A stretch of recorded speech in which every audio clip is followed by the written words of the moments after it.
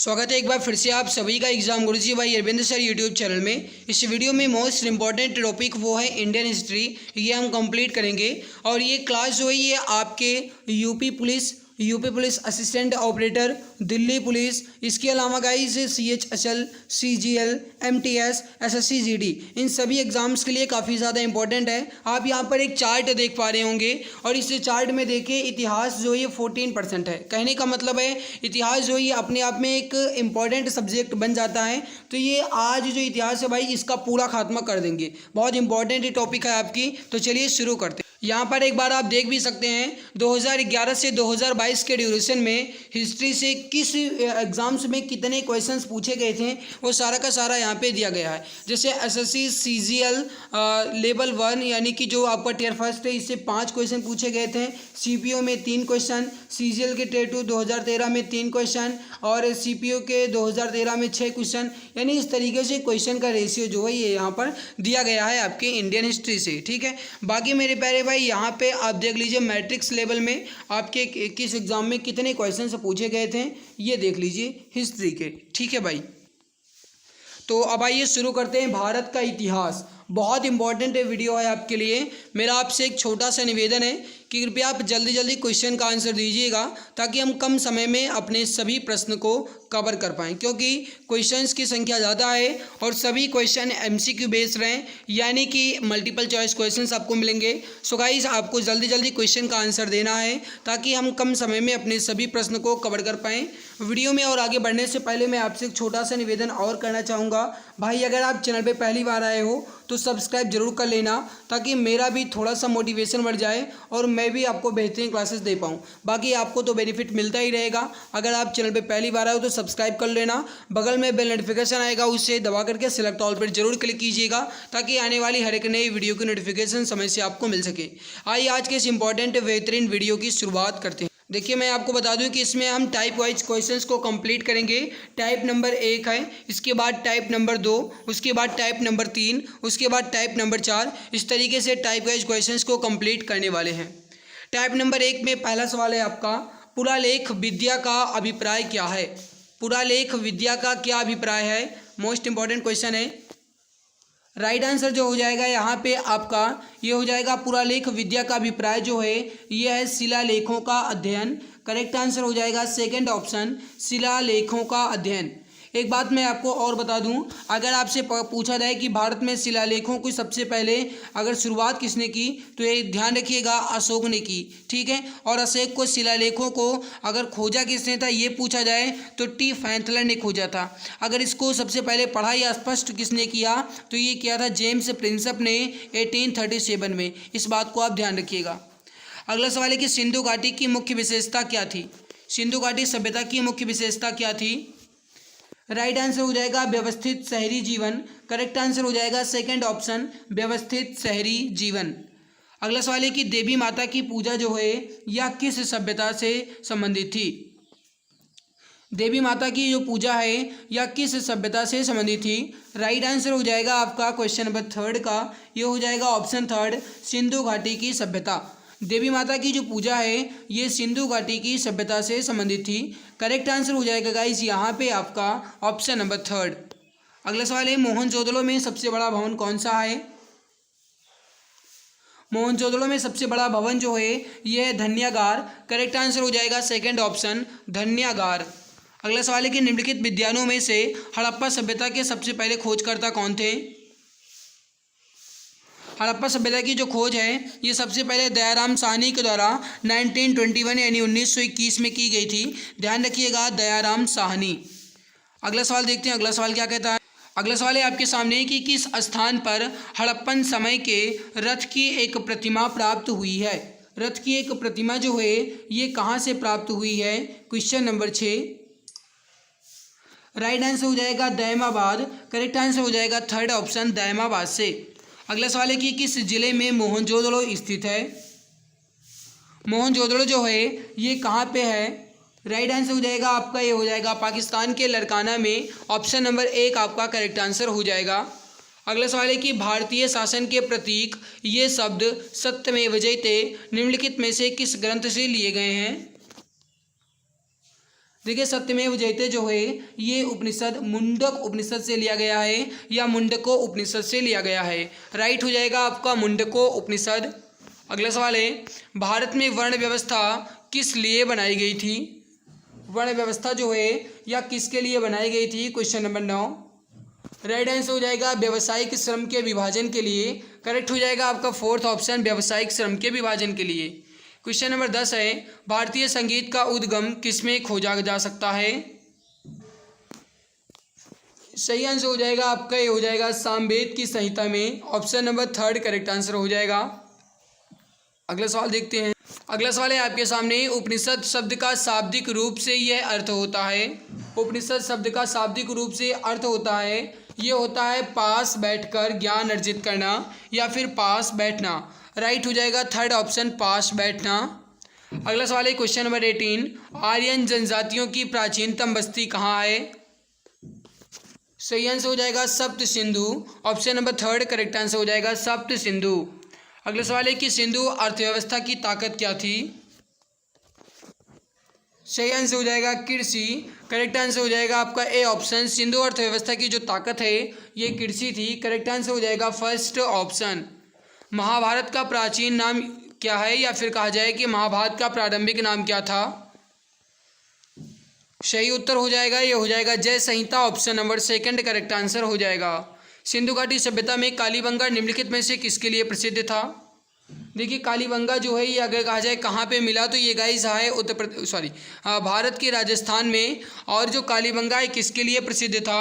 अगर आपसे ये पूछा जाता है तो याद रखिएगा मिट्टी के पात्र या फिर गाइस आप एग्जाम में पाएंगे मृदभांड। तो मिट्टी के पात्र या मृदभांड बात एक ही है, ठीक है। तो मिट्टी के पात्र के लिए कालीबंगा सबसे ज़्यादा प्रसिद्ध था। जिस मनीषी या फिर पंडित ने दक्षिण भारत का आर्यीकरण किया वह कौन थे? सही आंसर हो जाएगा उन्हें अगस्त्य ऋषि कहा जाता है। ऑप्शन नंबर 3 करेक्ट आंसर हो जाएगा अगस्त्य ऋषि। अगला सवाल है कि प्राचीनतम भारतीय सभ्यता का नाम बताइए। प्राचीनतम भारतीय सभ्यता का नाम जो है यह है सिंधु घाटी की सभ्यता, जिसे आप हड़प्पा सभ्यता के नाम से भी जानते हैं। 2500 से 1750 BC तक इसका कार्यकाल रहा। तो राइट हो जाएगा आपका भाई सिंधु घाटी सभ्यता। अगला सवाल देखते हैं, अगला सवाल आपसे क्या कह रहा है। अगला सवाल है कि सिंधु घाटी का कौन सा एक स्थल पाकिस्तान में है? आपको बताना है कि निम्न में से कौन सा स्थल सिंधु घाटी का ये पाकिस्तान में है।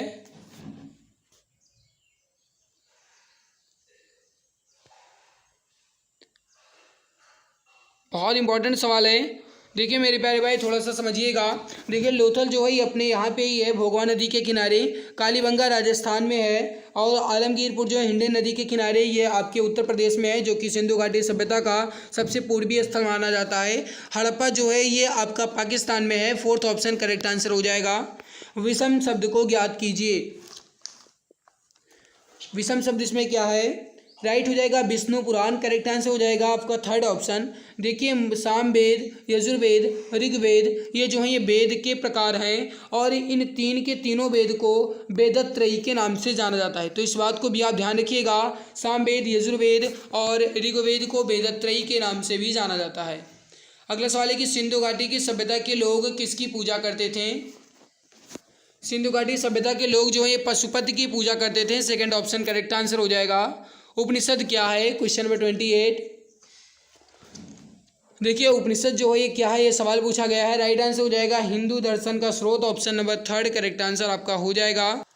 अगला सवाल है आपके सामने कि निम्नलिखित में से किस वेद में जादू, चमत्कार तथा मंत्र दिए गए हैं? देखिए किस वेद में जादू, मंत्र, चमत्कार ये दिया गया है? राइट हो जाएगा आपका यहाँ पे जिसे आधुनिक वेद के नाम से जाना जाता है। कहने का मतलब है वो हो जाएगा अथर्ववेद। राइट हो जाएगा आपका फोर्थ ऑप्शन, क्वेश्चन नंबर 30 का ऑप्शन नंबर 4 करेक्ट आंसर हो जाएगा। ध्यान रखिएगा अथर्ववेद को ब्रह्मवेद के नाम से भी जाना जाता है और अथर्ववेद को जो पढ़ता है उसे ब्रह्मा के नाम से भी जाना जाता है। कौन सा वेद धार्मिक अनुष्ठानों से संबंध रखता है? धार्मिक अनुष्ठानों से संबंध रखने वाला वेद है वो है यजुर्वेद। अगला सवाल है कि सिंधु घाटी सभ्यता में धौलावीरा निम्नलिखित में से किसके लिए प्रसिद्ध था?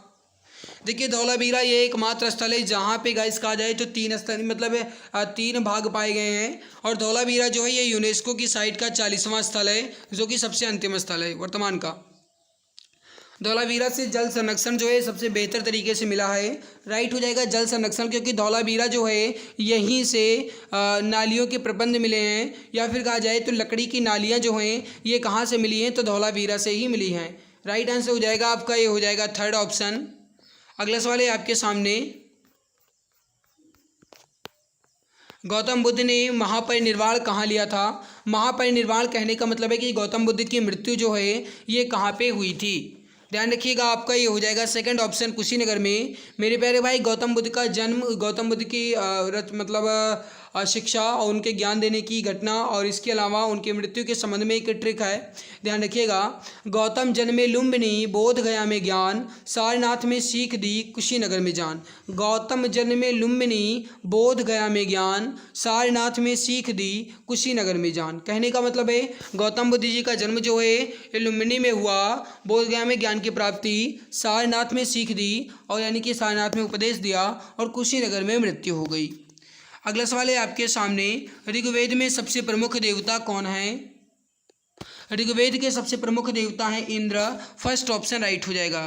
वैदिक काल में 8 प्रकार के विवाह प्रचलित थे, तो इनमें से कौन विवाह है। गंधर्व विवाह करेक्ट हो जाएगा, सेकंड ऑप्शन गंधर्व विवाह। मोहनजोदड़ो और हड़प्पा के अवशेष संकेत देते हैं कि ये शानदार और योजनागत अच्छी तरह से बनाई गई डैश थी। कौन सी थी नगरें। कृषि नगरें, धार्मिक नगरें, व्यापारिक नगरें, या फिर तटीय नगरें। सही आंसर हो जाएगा व्यापारिक नगरें। Option number third correct answer हो जाएगा व्यापारिक नगरें। निम्नलिखित में से कौन सा वेद वेदत्रयी का भाग नहीं है।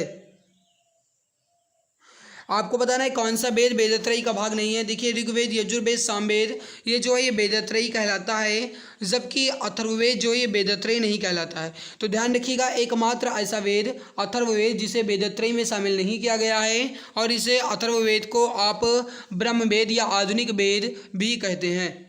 अगला सवाल है कि किस नदी के निकट ऋग्वेद सभ्यताएं सबसे अधिक स्थित थीं। मोस्ट इंपॉर्टेंट सवाल है, किस नदी के निकट ऋग्वेद की सभ्यताएं जो हैं ये स्थित थीं।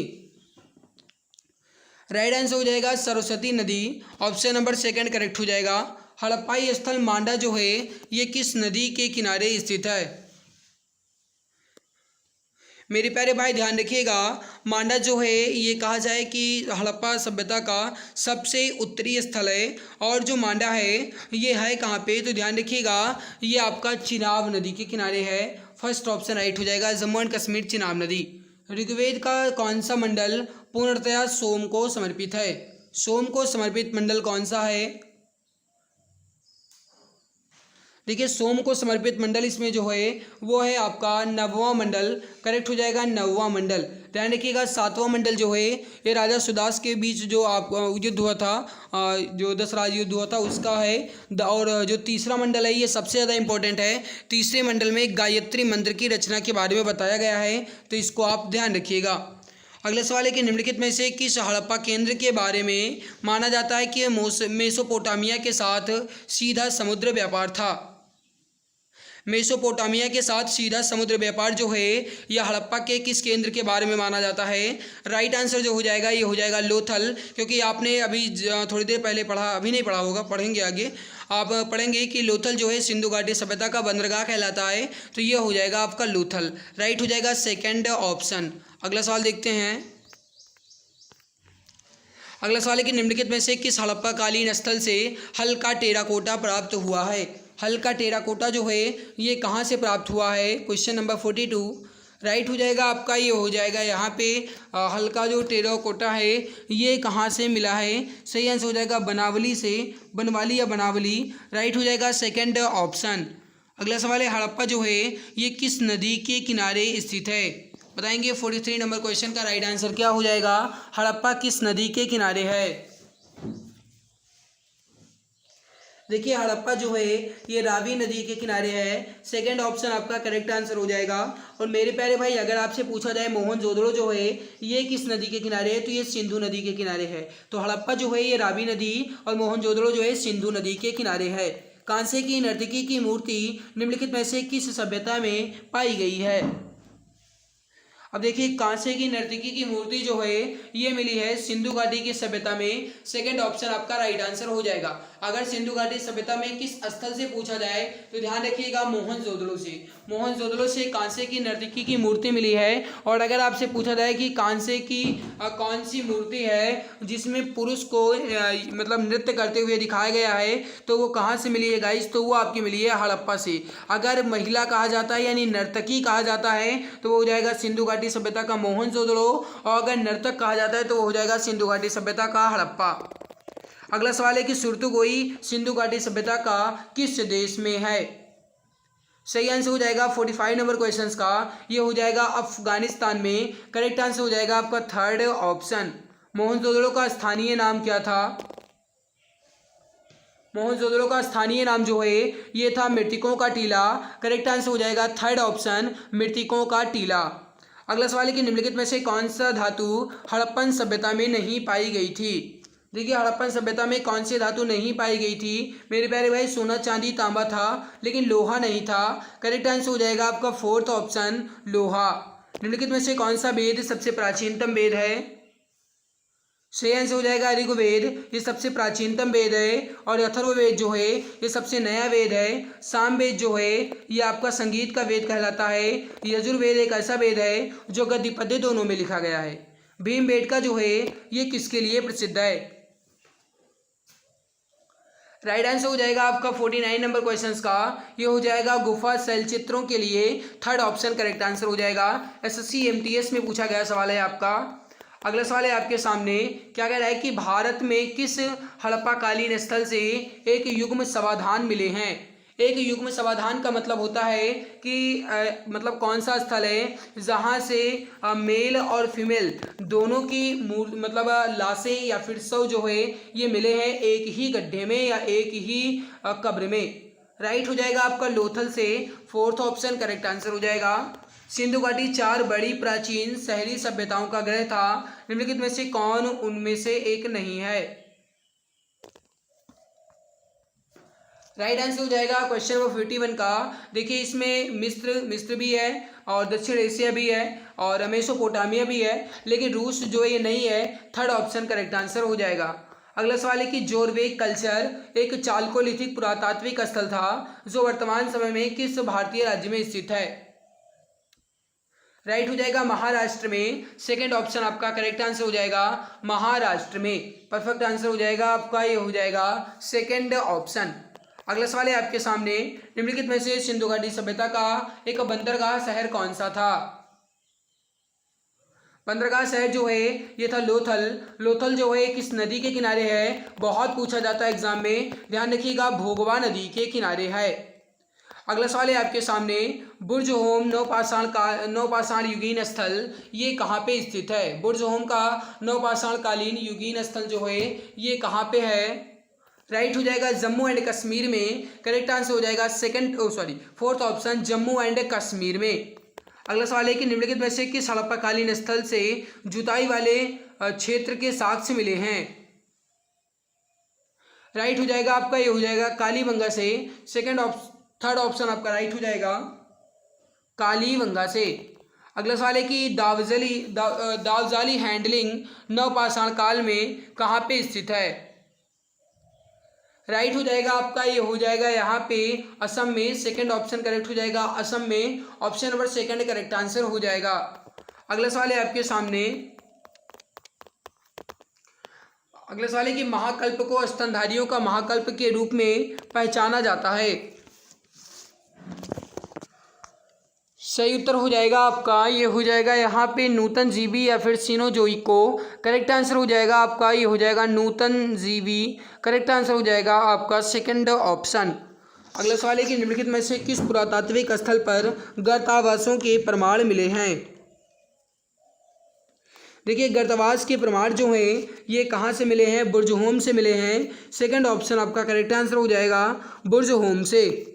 अगला सवाल है पाकिस्तान के किस प्रांत में सिंधु सभ्यता का स्थल मोहनजोदड़ो स्थित है। राइट आंसर हो जाएगा क्वेश्चन 59 का। जोबेडियर यहाँ पे बता रहे हैं सिंध में। ऑप्शन नंबर 4 बता दें, बिल्कुल सही आंसर हो जाएगा सिंध में। अगला सवाल देखते हैं।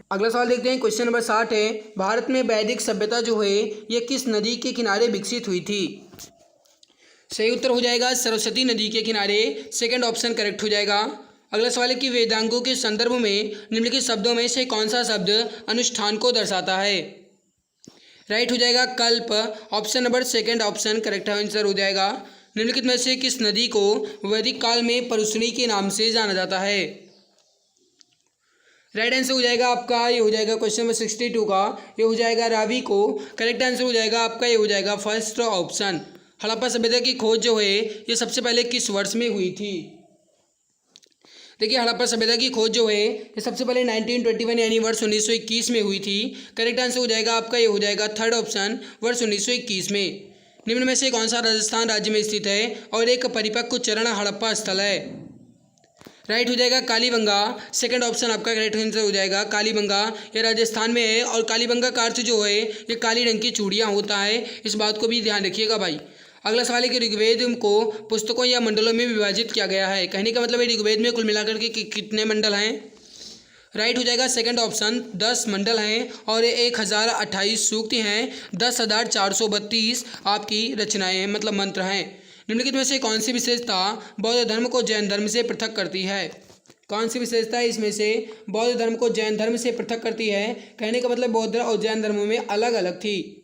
देखिए जीवित प्राणियों के प्रति अहिंसा ये दोनों में समान ही था, लेकिन आचरण और आत्मनिर्वाण का चरम स्वरूप जो है ये दोनों के दोनों में अलग अलग था। सेकंड ऑप्शन राइट हो जाएगा।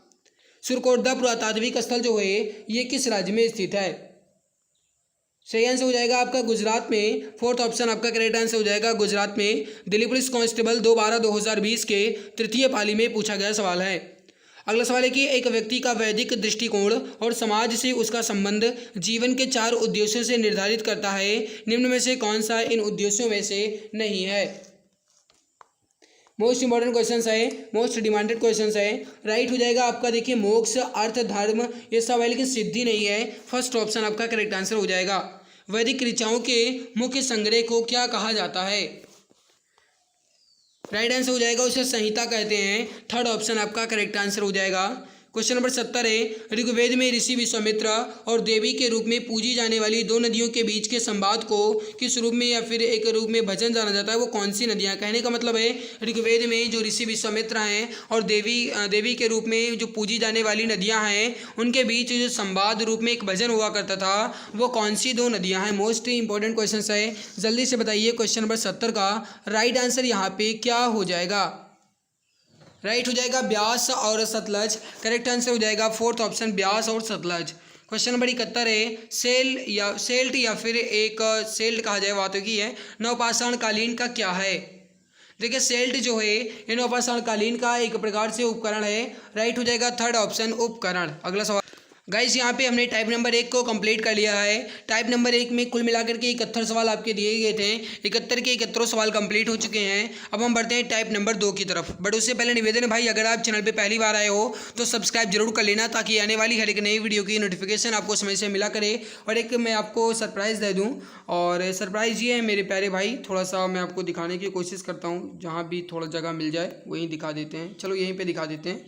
यहाँ से आपको ये देखिए, ये 5000 से ज़्यादा जीके के क्वेश्चंस की एक ई बुक है। ये मात्र 39 रुपये में आपके लिए लाई गई है। 60% का डिस्काउंट चल रहा है। इस ई बुक की खासियत है कि इसमें सभी टॉपिक आपके history, geography, economic, constitution, physics, chemistry, biology और स्टैटिक जीके के 5000 क्वेश्चन तो मिलेगा ही, साथ में एक्स्ट्रा पॉइंट्स भी मिलेगा। ई बुक जो है ये इमेज एंड कलरफुल है ताकि पढ़ने में मज़ा आए, बोरिंग बिल्कुल भी महसूस ना हो। मात्र 39 रुपये में आपको मिल रही है भाई। अगर लेना है तो इस नंबर पर व्हाट्सएप कीजिए 8948667652 8948466652 या फिर 8948667652। इस पर आपको व्हाट्सएप करना है। इससे आपको यहाँ से ई बुक मिल जाएगी मात्र 39 रुपये में। ठीक है, तो आप अगर चाहें तो मात्र 39 में इस ई बुक को परचेज कर सकते हैं। अभी 60% का डिस्काउंट चल रहा है, वरना बाद में इसका जो प्राइस है 99 रुपये हो जाएगा। बढ़ते हैं अगले सवाल की तरफ। टाइप नंबर 2 में पहला सवाल है, जैनियों के पहले तीर्थंकर कौन थे? देखिए जैनियों यानी कि कहा जाए जैन धर्म में इनमें पहले तीर्थंकर कौन थे? राइट हो जाएगा आपका, ये हो जाएगा क्वेश्चन नंबर फर्स्ट का, ये हो जाएगा आपका option number fourth Rishabhdev. Rishabhdev जो हैं ये जैनियों के पहले तीर्थंकर थे और ऋषभदेव को आदिनाथ के नाम से भी जाना जाता है, इस बात को भी आप ध्यान रखिएगा। अगला सवाल है आपके सामने, त्रिपिटक धार्मिक ग्रंथ जो है ये किसका है? देखिए त्रिपिटक जो है ये बौद्धियों का है, श्वेत पिटक, विनय पिटक, अभिधम पिटक, ये जो है आपका ये त्रिपिटक का जो धार्मिक ग्रंथ है किसका है? ये बौद्धियों का है। अगला सवाल है आपके सामने, निम्नलिखित में से कौन जैन धर्म का त्रिरत्न नहीं है? राइट आंसर हो जाएगा क्वेश्चन नंबर थर्ड का। देखिए सम्यक विश्वास, सम्यक ज्ञान और सम्यक आचरण, यानी कि सही विश्वास, सही ज्ञान और सही आचरण जो है ये जैन धर्म का त्रिरत्न है, लेकिन सही दृष्टि जो है ये नहीं है। ठीक है, अगला सवाल है आपके सामने, अजंता की चित्रकारी निम्नलिखित में से किससे प्रेरित है? राइट आंसर हो जाएगा दयालु बुद्ध से। करेक्ट आंसर हो जाएगा फोर्थ ऑप्शन आपका दयालु बुद्ध से। अगला सवाल है कि निम्नलिखित में से कौन संस्कृत का एक प्रथम व्याकरणविद था? देखिए संस्कृत का एक प्रथम व्याकरणविद जो है ये कौन थे? राइट हो जाएगा आपका fourth option Panini. Option number fourth correct answer हो जाएगा पाणिनि। अगला सवाल है कि गौतम बुद्ध जो है ये कौन से गणराज्य से थे? मेरे प्यारे भाई कौन से गणराज्य या फिर कहा जाए कौन से वंश से थे? राइट हो जाएगा शाक्य वंश। Option number second correct answer हो जाएगा। गौतम बुद्ध जो है शाक्य कुल से संबंधित थे। करेक्ट आंसर हो जाएगा आपका सेकंड ऑप्शन। अगला सवाल देखते हैं। देखिए हमारा टारगेट है कम समय में अधिक क्वेश्चंस को कंप्लीट करवाना। सो गाइस मैं जल्दी जल्दी क्वेश्चंस आपकी कंप्लीट कर रहा हूँ ताकि हमारे कम समय में अधिक से अधिक क्वेश्चंस कंप्लीट हो जाएं। अगर आपको ये स्पीड अच्छी लग रही है तो लाइक जरूर कीजिएगा और भाई आप कमेंट्स में जरूर बताइएगा कि आपको ये हमारी बेहतरीन मेहनत कैसी लगी। अगला सवाल है कि बुद्ध का क्या अर्थ है? राइट हो जाएगा आपका, ये हो जाएगा ज्ञान प्राप्त। सही आंसर हो जाएगा फर्स्ट ऑप्शन। बुद्ध को प्रबोध कहाँ पर प्राप्त हुआ था? प्रबोध का मतलब होता है कि बुद्ध को ज्ञान की प्राप्ति कहाँ पे हुई थी? राइट हो जाएगा बोध गया बिहार में। करेक्ट आंसर हो जाएगा सेकंड ऑप्शन बोध गया बिहार में। अगला सवाल है कि निम्न में से कौन सा एक भारत में लिखित सबसे बाद वाला बौद्ध धर्म ग्रंथ है? सही आंसर हो जाएगा आपका यहाँ पे देखिए सबसे बाद में जो लिखा गया था यह लिखा गया था वामसाद पाक्सिनी। करेक्ट हो जाएगा वामसाद पाक्सिनी। फोर्थ ऑप्शन करेक्ट हो जाएगा। बौद्ध धर्म में निम्न में से किन मतों पर विश्वास करता था? बौद्ध धर्म जो है किन मतों पर विश्वास रखता था ये आपको बताना है। और क्वेश्चन नंबर 10 है, फटाफट बताइए और थोड़ा सा इसको समझने की कोशिश भी कीजिए क्योंकि ये समझने लायक क्वेश्चंस भी है भाई।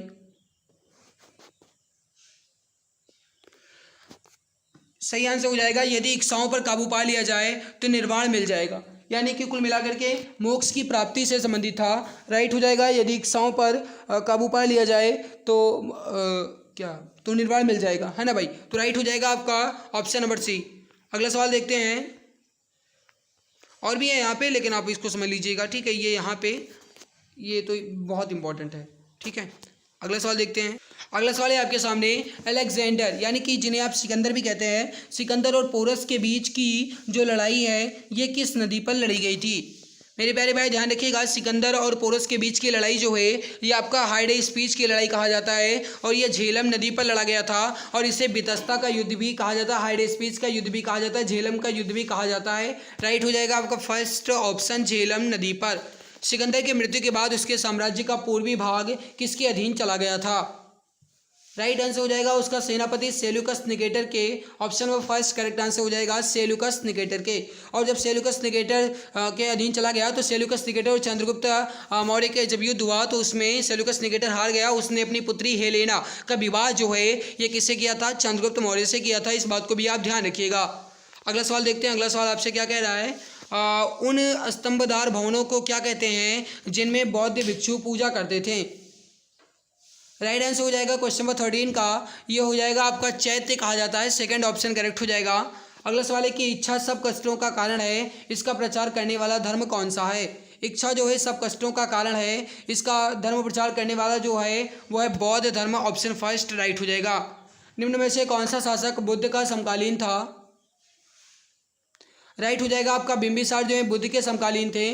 राइट हो जाएगा आपका ये हो जाएगा सेकंड ऑप्शन बिंबिसार। देखिए ध्यान दीजिएगा, अगर आपसे पूछा जाए कि बिंबिसार जो है किस वंश से संबंधित था तो ये हर्यक वंश से संबंधित था, जिस वंश को पितृहंता वंश भी कहा जाता है, क्योंकि आप जानते हैं कि हर्यक वंश में जो बिंबिसार हुए इनकी हत्या जो है उनके पुत्र अजातशत्रु ने की। अजातशत्रु की जो हत्या है ये अजातशत्रु के पुत्र उदयन ने की। इस वजह से इस वंश को हर्यक वंश को पितृहंता वंश भी कहा जाता है। इस बात को भी आप ध्यान रखिएगा भाई।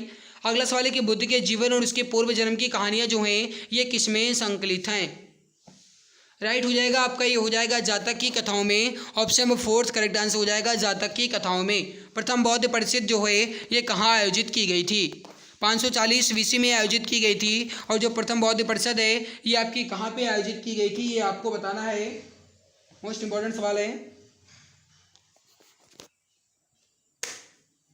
तो देखिए प्रथम बौद्ध परिषद जो है आपकी ये कहाँ पे आयोजित की गई थी, ये आपकी आयोजित की गई थी राजगृह में। ऑप्शन नंबर 3 करेक्ट आंसर हो जाएगा राजगृह में, ठीक है। और जो आपकी मतलब सेकंड ये बौद्ध परिषद है, ठीक है, तो ये राजगृह में पहली। और दूसरी कहाँ पे आयोजित की गई थी इसका आंसर आप बताएंगे। दूसरी आपकी वैशाली में, तीसरी पाटलिपुत्र में, चौथी ये आपकी कुंडलवन कश्मीर में, इसको ध्यान रखिएगा। बुद्ध के पहले प्रवचन को क्या कहा जाता है।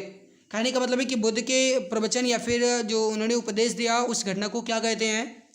राइट हो जाएगा आपका, उसे कहा जाता है धम्मचक्र प्रवर्तन सूत्र कहा जाता है। हालांकि कभी कभी ये धर्मचक्र प्रवर्तन के नाम से आ जाता है, तो धर्मचक्र प्रवर्तन सूत्र या फिर धम्मचक्र प्रवर्तन सूत्र ये भी कहा जाता है। बुद्ध धम्म संघ मिलकर क्या कहलाते थे। बुद्ध धम्म संघ ये जो है ये बौद्ध धर्म का एक त्रिरत्न कहलाता था। राइट हो जाएगा त्रिरत्न। अगला सवाल है मिलिंद पन्हो क्या है। देखिए मेरे प्यारे भाई मिलिंद पन्हो जो है ये मिनांडर जिसे हम मिलिंद भी कहते हैं और नागदशक इनके बीच की जो बौद्ध प्रश्नों का उत्तर है, बौद्ध के प्रश्न उत्तर हैं ये आपका हुआ करता था। और मिलिंद पन्हो जो है ये मिनांडर से संबंधित है। और मेरे प्यारे भाई ये जो है ये किसका, ये बौद्ध ग्रंथ का एक पार्ट है या फिर बौद्ध ग्रंथ का एक पुस्तक है। राइट हो जाएगा आपका 4th ऑप्शन। अगला सवाल है कि निम्नलिखित में से कौन सा संप्रदाय बौद्ध धर्म का नहीं है। देखिए हीनयान, महायान, थेरवाद, दिगंबर कौन सा बताइए।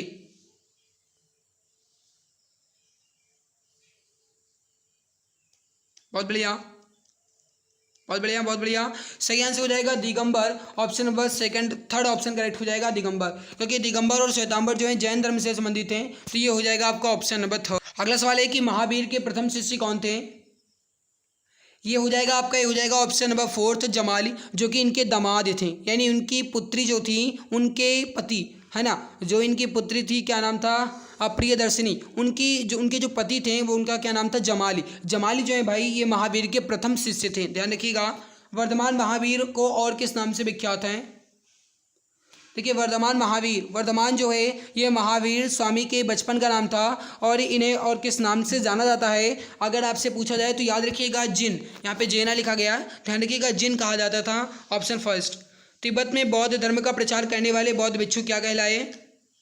देखिए तिब्बत में बौद्ध का जो प्रचार किए वो कौन किए, पद्मसंभव। राइट हो जाएगा 4th ऑप्शन। गौतम बुद्ध का जन्म स्थान किसके द्वारा अंकित किया जाता है। राइट आंसर हो जाएगा अशोक मौर्य, जो मौर्य वंश के अशोक हैं उनके रुमनदेही स्तंभ अभिलेख से। राइट हो जाएगा 2nd ऑप्शन। भारतीय इतिहास के निम्नलिखित युगों में से किसके दौरान क्षत्रिय एक विशिष्ट पहचान रखते थे। राइट हो जाएगा आपका, ये हो जाएगा बौद्ध के युग में। करेक्ट आंसर हो जाएगा आपका 1st ऑप्शन बौद्ध के युग में। अगला सवाल है जैन तथा बौद्ध धर्म के समय कितने आश्रम को मान्यता दी गई थी। जैन और बौद्ध धर्म के समय कुल मिलाकर के कितने आश्रम को मान्यता दी गई थी, तो ये दी गई थी 4 और 5वां जो है ये दिया गया था बाद में, वो था आपका ब्रह्मचर्य। अगला सवाल है कि 6ठी शताब्दी ईसा पूर्व में कौन सा काल कहलाता है। 6ठी शताब्दी ईसा पूर्व का कौन सा काल कहलाता है। देखिए 6ठी शताब्दी ईसा पूर्व का जो काल है ये धार्मिक उत्तेजना काल कहलाता है। 4th ऑप्शन आपका करेक्ट आंसर हो जाएगा। भारत में जैन धर्म का संरक्षक कौन था। राइट आंसर हो जाएगा जैन धर्म का संरक्षक जो है इसमें ये थे महावीर। 2nd ऑप्शन करेक्ट हो जाएगा। बौद्ध धर्म में त्रिरत्न क्या इंगित करता है। देखिए बौद्ध धर्म में त्रिरत्न जो है ये इनमें से क्या इंगित करता है। क्वेश्चन नंबर 30 ये गलत है, ये सबके सब गलत है, बताइए।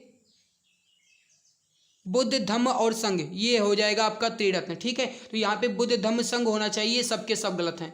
ये जो है त्रिपिटक कहलाता था, ध्यान रखिएगा। अगला सवाल आपके सामने, भाई जल्दी जल्दी बताओ यार, जल्दी जल्दी हम जल्दी कंप्लीट कर लें। उस राज्य का नाम बताइए जिसने पहली बार युद्ध में हाथियों का इस्तेमाल किया था। जो कि सबसे शक्तिशाली महाजनपद कहा जाता है मगध जो है इसने सबसे पहले हाथियों का इस्तेमाल किया। राइट हो जाएगा 2nd ऑप्शन उस गणतंत्र का नाम बताइए जो 6वीं शताब्दी ईसा पूर्व में जातियों का एक राज्य संघ हुआ करता था और पूरे 16 के 16 महाजनपदों में एकमात्र ऐसा महाजनपद जो कि गणतंत्र था। राइट हो जाएगा आपका, ये हो जाएगा वज्जी। वज्जी आपका सेकंड ऑप्शन करेक्ट आंसर हो जाएगा वज्जी। अगला सवाल है, जैनियों द्वारा अपने पवित्र ग्रंथों के लिए सामूहिक रूप से किस शब्द का प्रयोग किया जाता है? सही आंसर हो जाएगा आपका, ये हो जाएगा अंग। करेक्ट आंसर हो जाएगा सेकंड ऑप्शन। निम्नलिखित में से किस मुद्रा में गौतम बुद्ध ने सारनाथ में अपना पहला उपदेश दिया था? राइट आंसर हो जाएगा धर्म चक्र मुद्रा में। Option number third option correct हो जाएगा। केवल्य कौन से धर्म से संबंधित है? केवल्य जो है ये कौन से धर्म से संबंधित है? राइट हो जाएगा जैन धर्म। Option number second correct answer हो जाएगा जैन धर्म। कौन सा बौद्ध ग्रंथ 16 महाजनपदों का उल्लेख करता है?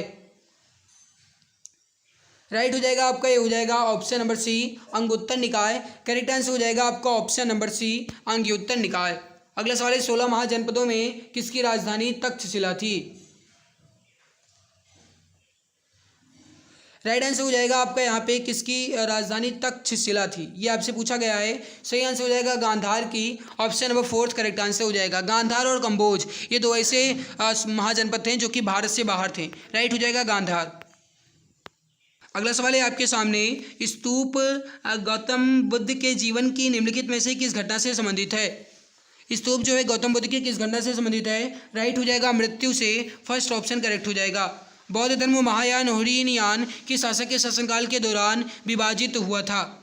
देखिए जो बौद्ध धर्म हीनयान और महायान है ये किसके समय में विभाजित हुआ था? ये हो जाएगा कनिष्क के समय में। जो चौथी बौद्ध संगति हुई ये कुंडलवन कश्मीर में कनिष्क के ही अध्यक्षता मतलब कनिष्क के ही शासनकाल में हुई थी। तो ध्यान रखिएगा ये हो जाएगा आपका फर्स्ट ऑप्शन कनिष्क के शासनकाल में जो बौद्ध धर्म है ये हीनयान और महायान दो शाखाओं में बट गया था। वैशेषिक दर्शन के प्रतिपादक कौन है? वैशेषिक दर्शन के प्रतिपादक कौन है? राइट हो जाएगा कणाद। थर्ड ऑप्शन करेक्ट हो जाएगा। बौद्ध धर्म के अधिकांश ग्रंथ किस भाषा में लिखे गए थे? राइट हो जाएगा पाली भाषा में। फोर्थ ऑप्शन करेक्ट हो जाएगा पाली भाषा में। किन्हें एशिया का प्रकाश भी कहा जाता है? सही आंसर हो जाएगा गौतम बुद्ध को। फर्स्ट ऑप्शन करेक्ट हो जाएगा गौतम बुद्ध को। महावीर का जन्म जो है कहाँ हुआ था? सही आंसर हो जाएगा कुंडग्राम वैशाली में। थर्ड ऑप्शन करेक्ट आंसर हो जाएगा। कौन सा स्थान गौतम बुद्ध से संबंधित नहीं है? गौतम जी ने लुम्बिनी, बोधगया में ज्ञान, सारनाथ में सिद्धि, कुशीनगर में जानपाओ पूरी नहीं है। ऑप्शन फोर्थ करेक्ट आंसर हो जाएगा। जैन धर्म का सबसे महत्वपूर्ण आधारभूत सिद्धांत क्या माना जाता है? जैन धर्म का सबसे महत्वपूर्ण आधारभूत सिद्धांत जो है ये उनके अहिंसा माना जाता है। सेकंड ऑप्शन राइट हो जाएगा। महर्षि गौतम बुद्ध का संबंध जो है किस भारतीय दर्शन से है? महर्षि गौतम का जो संबंध है ये किस भारतीय दर्शन से है? राइट हो जाएगा न्याय। थर्ड ऑप्शन राइट हो जाएगा। 7वीं शताब्दी के प्रारंभ के साथ थानेश्वर और कन्नौज के सिंहासन पर कौन बैठा था? 7वीं शताब्दी के प्रारंभ के साथ थानेश्वर और कन्नौज पे हर्षवर्धन थे। राइट हो जाएगा फोर्थ ऑप्शन। भगवान महावीर की शिक्षाओं के संकलन को क्या कहा जाता है? भगवान महावीर के शिक्षाओं के संकलन को क्या कहा जाता है? आगम सूत्र। थर्ड ऑप्शन आपका करेक्ट आंसर हो जाएगा। अगला सवाल देखते हैं। अगला सवाल है आपके सामने, डैश का युद्ध 326 ईस्वी में सिकंदर महान के द्वारा राजा पोरस के विरुद्ध लड़ा गया था। कौन सा युद्ध बताइए? राइट हो जाएगा आपका यहाँ पे क्वेश्चन नंबर 49 का हाइडे स्पीच का युद्ध। करेक्ट आंसर हो जाएगा फर्स्ट ऑप्शन हाइडे स्पीच का युद्ध। भगवान गौतम बुद्ध के जीवन काल के दौरान 7वीं और 6वीं शताब्दी ईसा पूर्व में कितनी महान शक्तियाँ या फिर महाजनपद अस्तित्व में थे? सही आंसर हो जाएगा आपका, ये हो जाएगा 16 महाजनपद और इसकी जानकारी अंगुत्तर निकाय से मिलती है। इस बात को भी आप जानते हैं। राइट हो जाएगा फर्स्ट ऑप्शन 16 महाजनपद।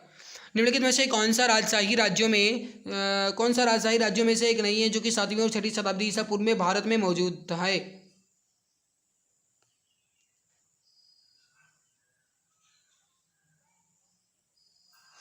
राइट हो जाएगा मगध, अवंती, कौशल है, वैशाली नहीं है। सेकंड राइट होगा। सांख्य दर्शन संप्रदाय की स्थापना जो है किसके द्वारा की गई थी? सांख्य दर्शन संप्रदाय की स्थापना किसके द्वारा की गई थी? राइट हो जाएगा कपिल मुनि के द्वारा। सेकंड ऑप्शन राइट हो जाएगा। प्राचीन भारत में कितने शक्तिशाली महाजनपद मौजूद थे? मोस्ट इंपॉर्टेंट क्वेश्चन है मेरे प्यारे भाई। अगर आपको मेहनत अच्छी लग रही है भाई तो लाइक जरूर कर दिया करो। आपके लाइक, आपके शेयर, आपके सब्सक्राइब से ही मुझे मोटिवेशन मिलता है, मैं आपको बेहतरीन क्लासेस दे पाता हूँ। सो प्लीज़ आपसे निवेदन है कि अगर आप अभी तक क्लास को लाइक नहीं किए तो लाइक जरूर कर दीजिएगा। चैनल पर पहली बार आए हो तो सब्सक्राइब कर लेना ताकि आने वाली वीडियो की नोटिफिकेशन समय से मिला करे। सही आंसर हो जाएगा 16 महाजनपद। करेक्ट आंसर हो जाएगा फोर्थ ऑप्शन। निम्नलिखित में से कौन सा साइट गौतम बुद्ध के जन्म से जुड़ी है? गौतम जन्म लुम्बिनी। करेक्ट आंसर हो जाएगा आपका सेकंड ऑप्शन लुम्बिनी। धार्मिक ग्रंथ त्रिपिटक जो है किस धर्म से संबंधित है? त्रिपिटक जो कि सिद्ध पिटक, विनय पिटक, अभिधम पिटक है, ये आपका बौद्ध धर्म से है। सेकंड ऑप्शन राइट हो जाएगा। हर्यक वंश का शासक अजातशत्रु जो है किसका पुत्र था? हर्यक वंश जिसे पित्रांता वंश भी कहा जाता है ये आपका बिंबिसार का पुत्र था। और उदयन जो है मेरे प्यारे भाई ये अजातशत्रु का पुत्र था। ठीक है, इसको भी आप ध्यान रखिएगा। अगला सवाल देखते हैं। अगला सवाल है कि निम्नलिखित में से कौन सा नंदवंश का एक अंतिम शासक हुआ? नंदवंश का अंतिम शासक जो है कौन हुआ? ये घनानंद हुआ, जिसे पराजित किसने किया था? चंद्रगुप्त मौर्य ने चाणक्य की सहायता से पराजित किया और फिर मौर्य वंश की नींव रखी। अगला सवाल है हर्यक वंश से मगध के पहले शासक कौन थे? देखिए, हर्यक वंश से मगध के पहले शासक कौन थे? अगर ये सवाल पूछा जाता है तो ये राइट हो जाएगा आपका बिंबिसार। और अगर आपसे ये पूछा जाए कि हर्यक वंश की स्थापना किसने की थी तो बृहद्रथ ने की थी। और हर्यक वंश का अंतिम शासक कौन हुआ? तो वो भी बृहद्रथ ही हुआ, क्योंकि बृहद्रथ जो है ये आपका पहले हर्यक वंश की स्थापना की और जो बृहद्रथ अंत में वाला हुआ वो आपका चंद्रगुप्त मौर्य यानी कि मौर्य वंश से संबंधित था। ठीक है, ध्यान रखिएगा। अगला सवाल है 4वीं शताब्दी ईसा पूर्व में मगध की राजधानी कौन सी थी? बहुत इंपॉर्टेंट सवाल है, 4वीं शताब्दी ईसा पूर्व में आपसे पूछा जा रहा है। राइट आंसर यहाँ पे क्या हो जाएगा? राइट हो जाएगा राजगृह। करेक्ट आंसर हो जाएगा फर्स्ट ऑप्शन राजगृह। 4वीं शताब्दी ईसा पूर्व में मगध की राजधानी को स्थानांतरित कर दिया गया था। कहाँ से कहाँ? मतलब मगध से पाटलिपुत्र में, राजगृह से पाटलिपुत्र में स्थानांतरित कर दिया गया था। राइट आंसर जो हो जाएगा ये हो जाएगा आपका फोर्थ ऑप्शन पाटलिपुत्र। जैन धर्म के अनुसार जिन शब्द का क्या अर्थ होता है? सही आंसर हो जाएगा आपका हो जाएगा सेकंड ऑप्शन विजेता अर्थ होता है। अगला सवाल है क्वेश्चन नंबर 62। बौद्ध स्थल वैशाली और नालंदा निम्नलिखित में से किस राज्य में है?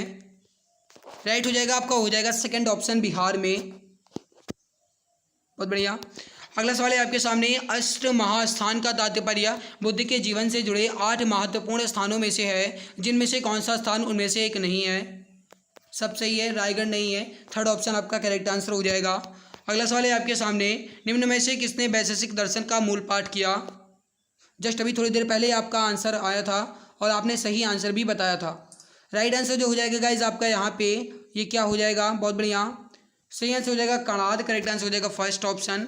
अगला सवाल देखते हैं क्वेश्चन नंबर 65। निम्न में से किस स्थल पर भगवान बुद्ध ने 4 महान सत्य पर अपना प्रथम उपदेश दिया? राइट आंसर हो जाएगा सारनाथ में। फोर्थ ऑप्शन करेक्ट आंसर हो जाएगा।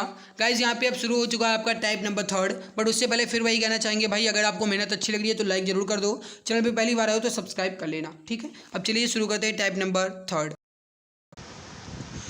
टाइप नंबर 3 को शुरू करने से पहले मैं एक बात आपको बता दूं गाइस कि हो सकता है कि आपके पास थोड़ी सी सरसराहट की आवाज़ जा रही हो, सुन लीजिए थोड़ा सा।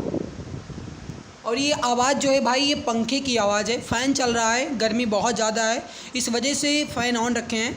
और अगर सरसराहट की आवाज़ जा रही है भाई तो थोड़ा सा मैनेज कीजिएगा, क्योंकि गर्मी ज़्यादा है तो गर्मी में पढ़ाया नहीं जा सकता।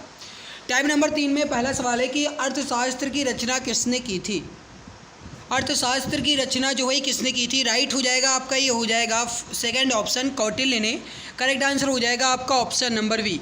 देखिए अर्थशास्त्र जो है ये संबंधित किससे, अगर आपसे ये सवाल पूछा जाता है और वैसे नहीं कह रहे हैं तो ये पूछा ही जाएगा, किसी ना किसी शिफ्ट में ये एग्ज़ाम में आएगा ज़रूर, और ये आएगा कि किसी से संबंधित हो। ध्यान रखिएगा भैया ये राजनीति से संबंधित है। ठीक है, अगला सवाल है आपके सामने, सेल्यूकस निकेटर जो है ये पराजित किया गया था। देखिए सेल्यूकस निकेटर जो है ये चंद्रगुप्त मौर्य के द्वारा पराजित किया गया था, और उसके बाद सेल्यूकस निकेटर ने अपनी पुत्री हेलेना का जो विवाह ये चंद्रगुप्त मौर्य से कर दिया था। ठीक है, राइट हो जाएगा आपका सेकेंड ऑप्शन चंद्रगुप्त मौर्य द्वारा।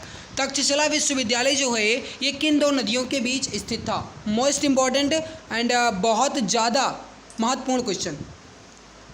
देखिए तक्षशिला विश्वविद्यालय जो है ये सिंधु और झेलम नदी के बीच है। राइट हो जाएगा आपका फर्स्ट ऑप्शन। यूनानियों को भारत से बाहर किसने निकाला था? मोस्ट इम्पॉर्टेंट सवाल है, यूनानियों को भारत से बाहर जो है ये किसने निकाला था? राइट आंसर हो जाएगा आपका, ये हो जाएगा फर्स्ट ऑप्शन चंद्रगुप्त मौर्य ने। करेक्ट आंसर हो जाएगा आपका ऑप्शन नंबर 1। कलिंग युद्ध जो है ये किस वर्ष हुआ था? देखिए कलिंग युद्ध जो है ये किस वर्ष हुआ था, ध्यान रखिएगा। अशोक जो है ये गद्दी पर कब बैठे? अशोक जो है ये गद्दी पर कब बैठे थे? 269 और उसके 8वें साल बाद यानी 261 BC में कलिंग पर युद्ध हो गया था, ये हो गया था। और मेरे प्यारे भाई ध्यान रखिएगा कि जो कलिंग का सबसे ज़्यादा कहा जाए तो मतलब महत्वपूर्ण शासक या फिर कहा जाए तो सबसे ज़्यादा जो प्रमुख शासक था या सबसे ज़्यादा जो मतलब फेमस था वो कौन था? वो था खारवेल। ठीक है, इस बात को भी आप ध्यान रखिएगा। प्राचीन भारत का प्रसिद्ध शासक कौन था जिसने अपने जीवन के अंतिम दिनों में जैन धर्म को अपना लिया था? जैन धर्म को अपनाने वाले कौन थे अंतिम दिनों में? राइट हो जाएगा Chandragupta, option number 3 correct answer हो जाएगा। शिलालेखों में किस राजा को देवनापिया प्रियदर्शी या फिर देवताओं का प्रिय या फिर देवनाम प्रियदर्शी कहा जाता है? राइट हो जाएगा आपका, ये हो जाएगा फर्स्ट ऑप्शन अशोक को। अशोक को देवनाम प्रियदर्शी यानी कि देवताओं का प्रिय भी कहा गया है। राइट हो जाएगा आपका फर्स्ट ऑप्शन। अगला सवाल देखते हैं। मौर्य वंश के बाद निम्नलिखित में से किसने मगध पर शासन किया था? मौर्य वंश के बाद मौर्य वंश के बाद मगध पर शासन। देखिए मौर्य वंश का जो अंतिम शासक हुआ ये हुआ बृहद्रथ, और बृहद्रथ की हत्या जो है किसने की थी? पुष्यमित्र शुंग ने। और उन्होंने किसकी किस वंश की स्थापना की? तो क्या बताएं, एक मिनट, किसकी स्थापना की? शुंग वंश की। राइट हो जाएगा थर्ड ऑप्शन। फिर से समझिए, चंद्रगुप्त मौर्य के बाद जो उनका मौर्य वंश का जो अंतिम शासक हुआ वो कौन हुआ? बृहद्रथ। बृहद्रथ की हत्या जो है किसने की? पुष्यमित्र शुंग ने की। और पुष्यमित्र शुंग ने किस वंश की स्थापना की? तो शुंग वंश की स्थापना की। राइट हो जाएगा थर्ड ऑप्शन। चरक जो है किसके दरबार में प्रसिद्ध चिकित्सक थे? चरक जो है किसके दरबार में प्रसिद्ध चिकित्सक थे? राइट हो जाएगा आपका, ये हो जाएगा कनिष्क के दरबार में। ऑप्शन नंबर 4 करेक्ट आंसर हो जाएगा कनिष्क के दरबार में। निम्नलिखित में से पहली बार किसने बिहार के बोधगया में महाबोधि मंदिर का निर्माण करवाया था? महाबोधि मंदिर का निर्माण जो है ये किसने करवाया था? राइट हो जाएगा अशोक ने। ऑप्शन नंबर 2 करेक्ट आंसर हो जाएगा। निम्नलिखित में से किसने सांची के स्तूप का निर्माण करवाया था? सांची के स्तूप का निर्माण जो है अशोक ने करवाया था। फर्स्ट ऑप्शन करेक्ट आंसर हो जाएगा। निम्नलिखित में से वह महानतम कुषाण नेता कौन था जो बौद्ध बन गया था? सही आंसर हो जाएगा क्वेश्चन नंबर 12 का, ये हो जाएगा Kanishka. Option number 3 correct answer आपका हो जाएगा। चंद्रगुप्त मौर्य के दरबार में पश्चिम एशिया के यूनानी राजा सेल्यूकस निकेटर द्वारा भेजा गया राजदूत कौन सा? सही आंसर हो जाएगा आपका, ये हो जाएगा ऑप्शन नंबर 3 मेगस्थनीज। कनिष्क किस वर्ष राज्य सिंहासन पर आरूढ़ हुआ या फिर किस वर्ष राज्य सिंहासन पर बैठा? राइट आंसर हो जाएगा आपका, ये हो जाएगा सेकंड ऑप्शन 78 BC में, और इसी के उपलक्ष्य में इन्होंने शक संवत की शुरुआत भी की। तो राइट हो जाएगा आपका, ये हो जाएगा सेकंड ऑप्शन 78 BC। अगला सवाल देखते हैं क्वेश्चन नंबर 15।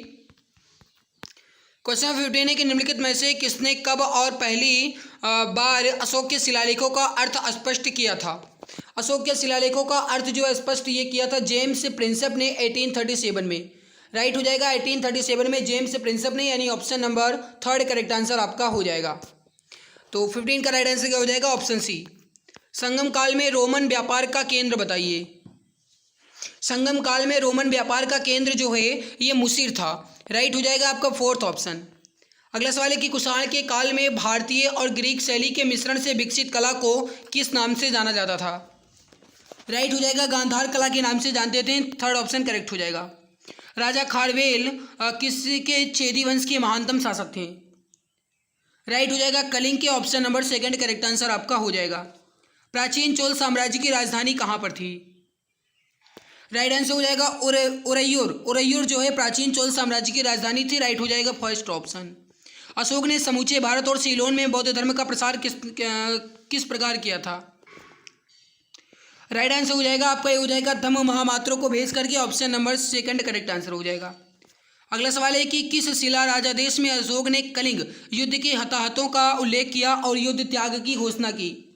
गाइस मैं आपको बता दूं, अगर आपको भाई मेहनत अच्छी लग रही है तो लाइक करना पड़ेगा। अगर आप लाइक करोगे तभी हमें मोटिवेशन मिलेगा और तभी मैं आपको बेहतरीन क्लासेस दे पाऊंगा। सो प्लीज़ मैं आपसे बिना मेरे निवेदन करता हूं भाई, अगर आपको हमारी मेहनत अच्छी लग रही है तो लाइक जरूर कर दीजिए और चैनल पर पहली बार आए हो तो सब्सक्राइब कर लो। किस शिला राजादेश में अशोक ने कलिंग युद्ध के हताहतों का उल्लेख किया? ये हुआ था भाई कलिंग युद्ध का जो मतलब उल्लेख है ये आपका शिलालेख नंबर 13वें में। राइट हो जाएगा आपका सेकंड ऑप्शन। अगला सवाल देखते हैं, बिंदुसार के शासन के दौरान अशांति कहाँ पर थी?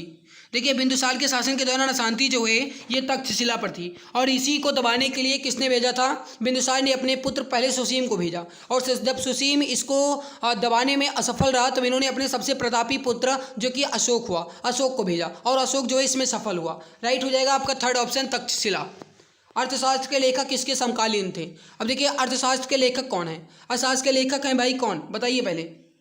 बहुत बढ़िया, ये है चाणक्य, जिन्हें आप कहते हैं कौटिल्य। ठीक है, चाणक्य की सहायता से ही चंद्रगुप्त मौर्य जो है इन्होंने घनानंद को पराजित किया था।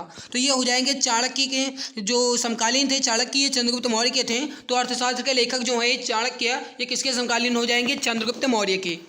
अगला सवाल है कि सातवाहन का सबसे बड़ा शासक कौन था? मोस्ट इंपॉर्टेंट क्वेश्चन है।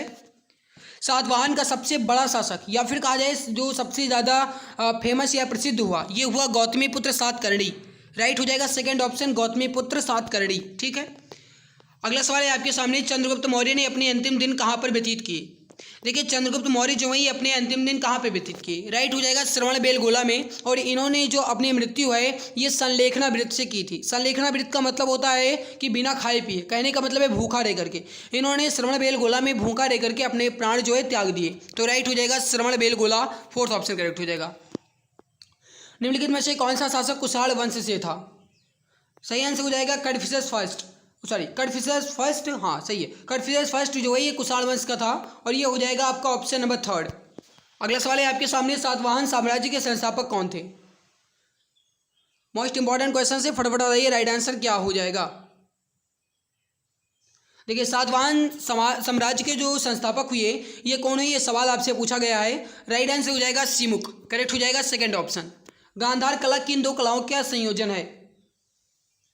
राइट आंसर जो हो जाएगा ये हो जाएगा आपका हिंद और यूनानी कला का, सेकंड ऑप्शन करेक्ट हो जाएगा। संगम साहित्य के संरक्षक कौन थे? राइट आंसर हो जाएगा Pandya, option number third correct answer हो जाएगा। अशोक के शिलालेखों पर किस लिपि का प्रयोग किया गया है?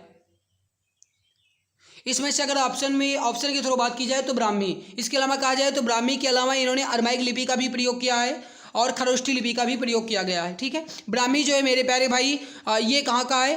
तो ये जो ब्राह्मी है ये अपने इंडिया का है। ठीक है, अगला सवाल है क्वेश्चन नंबर 31। क्वेश्चन नंबर 31 है कि मौर्य साम्राज्य की राजधानी जो है कहाँ थी? मोस्ट इंपॉर्टेंट क्वेश्चन है।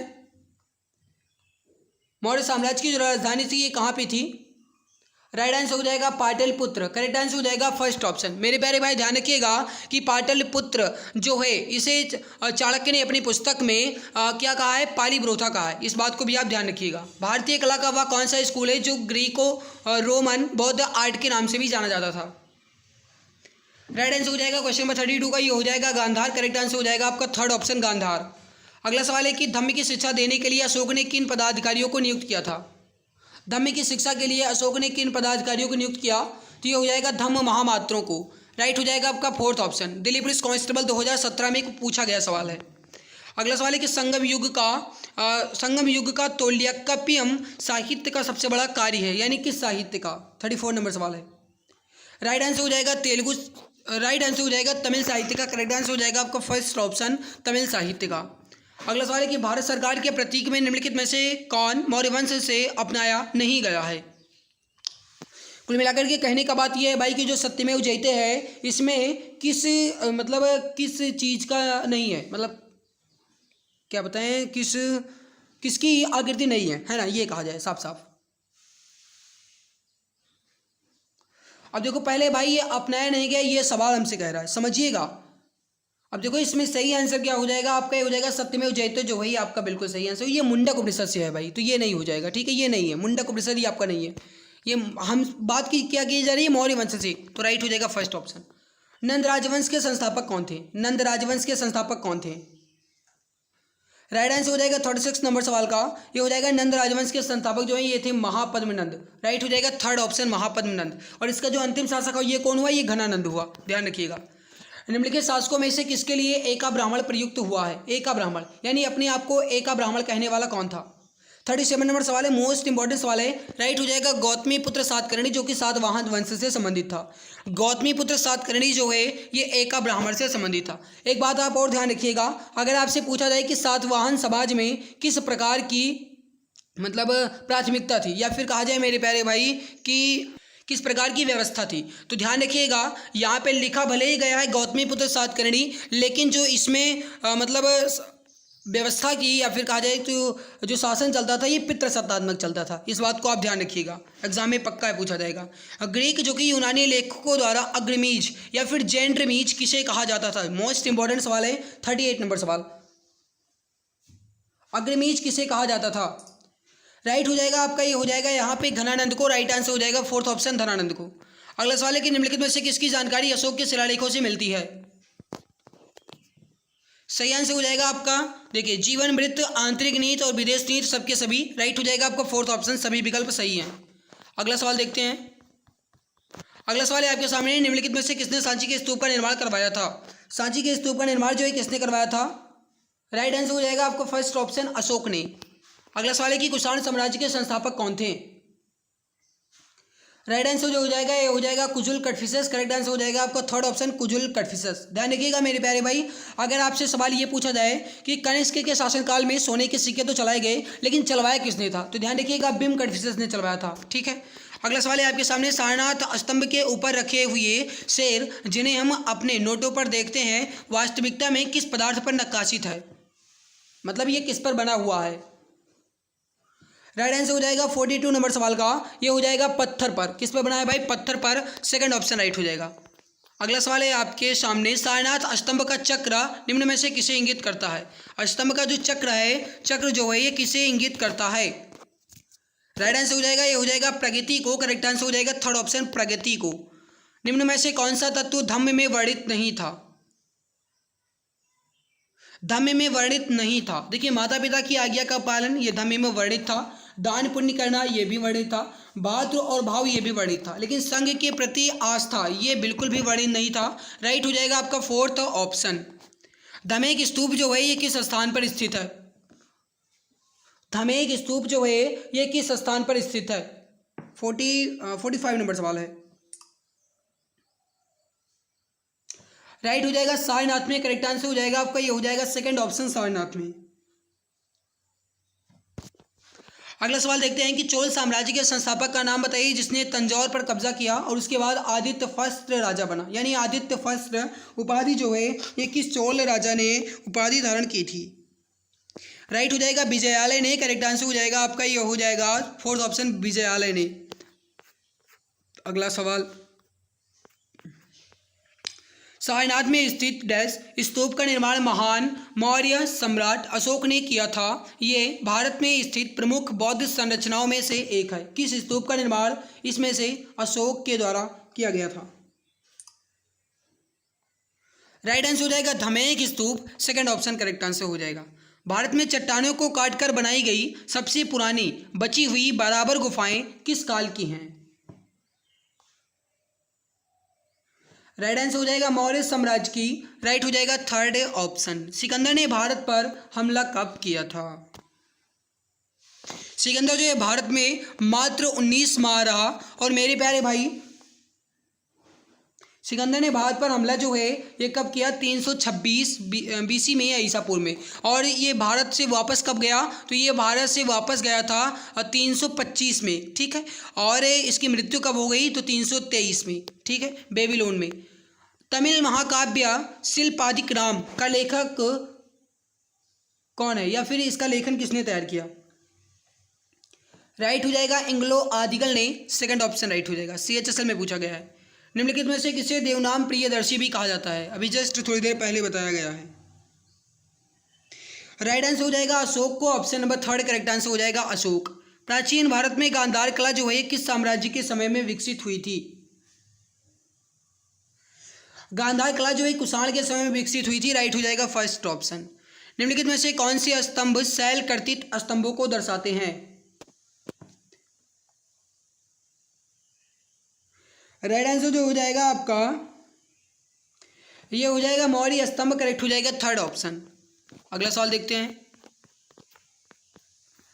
तीन विभिन्न कालों अर्थात मौर्य काल, गुप्त काल और मुगल काल के शिलालेखों से युक्त एक स्तंभ कहाँ मिलता है?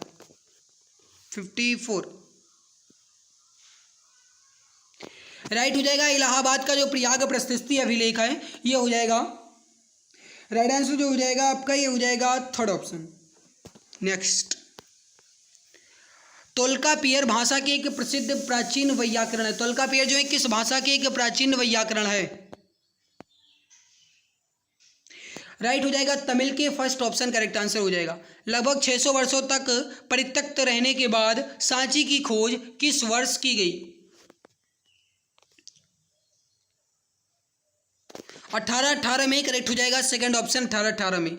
गुजरात में झील वस्तुतः एक कृत्रिम जलाशय है जो मौर्य के शासन के दौरान बनवाया गया था। चंद्रगुप्त मौर्य ने बनवाया था और इसका जो मतलब उद्धार है या फिर इसका जो जीर्णोद्धार है ये करवाया था रुद्रदामन ने, और इसका जो पुनः उद्धार है ये करवाया था स्कंदगुप्त ने। मेरे प्यारे भाई गुजरात में है और ये है सुदर्शन झील। राइट हो जाएगा थर्ड ऑप्शन। विक्रम संवत जो है कब प्रारंभ हुआ?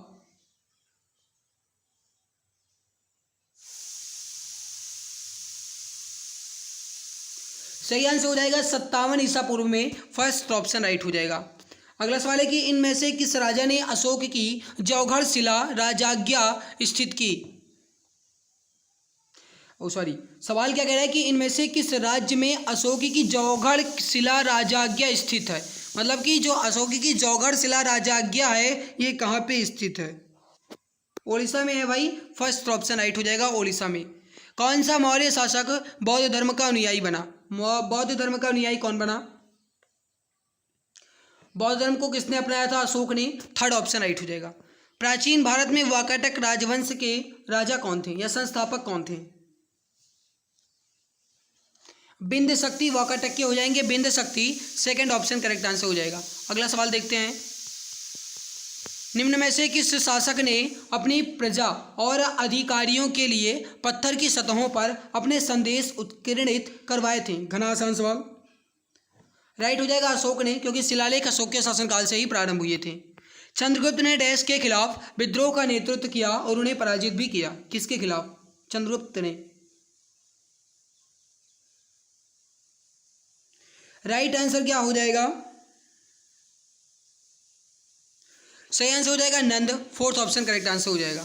अगला सवाल है आपके सामने कि कंटक शोधन नामक न्यायालय का प्रचलन किस साम्राज्य में था? राइट हो जाएगा मौर्य साम्राज्य में, option number second correct answer हो जाएगा।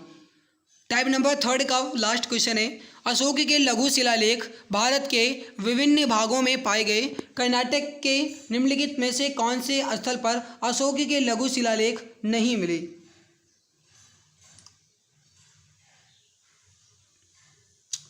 राइट हो जाएगा Brahmagiri, first option correct answer हो जाएगा। इसके अलावा गविमठ, मस्की, रूपनाथ सब मिले हैं। आते हैं अब टाइप नंबर 4 की तरफ, लेकिन उससे पहले एक बार फिर से बता दें जो बच्चे अभी नए नए जुड़े हैं, अगर भाई आप जी के विषय को बिल्कुल अच्छे से क्लियर करना चाहते हैं और जी के विषय को अपने अंदर से उसके डर को बिल्कुल ख़त्म करना चाहते हैं तो मात्र 39 रुपये में आप इस ई बुक को ले सकते हैं। मात्र 39 रुपये में 5000 से ज़्यादा जीके के क्वेश्चंस आपको मिलेंगे। इसमें आपको history, geography, economic, constitution, science, physics, chemistry, biology और स्टैटिक्स जीके के 5000 क्वेश्चन तो मिलेगा ही, साथ में एक्स्ट्रा पॉइंट्स भी मिलेगा। ई बुक जो है ये इमेज एंड कलरफुल है। लेना है तो 8948667652 पर व्हाट्सअप कीजिए। मैं ई बुक का डेमो रिव्यू आपको यहाँ पे अब दिखा देता हूँ। यहाँ पर आप देख लीजिए, ये ई बुक है, 5000 से ज़्यादा जीके के क्वेश्चंस हैं, साइंस के साथ स्टैटिक भी सम्मिलित है, इमेज एंड कलरफुल है। और मेरे प्यारे भाई आपके एग्जाम्स, वनडे एग्जाम्स के लिए रामबाण ये अपनी ई बुक है, मात्र 39 रुपये में मिल रही है। बेहतरीन ई बुक है और ई बुक की क्वालिटी आप यहाँ पर एक बार देख लीजिए। ई बुक जो है इमेज एंड कलरफुल है, पूरे 291 पेज की है और मात्र 39 रुपये में 60% डिस्काउंट के साथ आपको मिल रही है। भाई अगर आपको ये ई बुक लेना है और अपने अंदर से जी के विषय के डर को ख़त्म करना है तो आप इस नंबर पर व्हाट्सएप की 8948667652 8948466652। इस पर आपको व्हाट्सअप करना है, ठीक है। अब आइए टाइप नंबर 4 की शुरुआत करते हैं। भारतीय नेपोलियन की उपाधि जो है ये किसे दी गई है? इसमें गुप्त वंश से संबंधित सवाल आएंगे। देखिए जो भारतीय नेपोलियन है ये कहा जाता है समुद्रगुप्त को। राइट आंसर हो जाएगा आपका, वो हो जाएगा सेकंड ऑप्शन, क्योंकि इन्होंने 12 और 9 यानी कि 12 राजा और 9 यानी कि कुल मिलाकर के 21 राजाओं को हराया था। अगला सवाल है, पहला ज्ञात गुप्त शासक कौन था? पहला ज्ञात गुप्त शासक कौन था? टाइप नंबर 4 के सवाल चल रहे हैं, जल्दी जल्दी बताइए राइट आंसर यहाँ पे क्या हो जाएगा।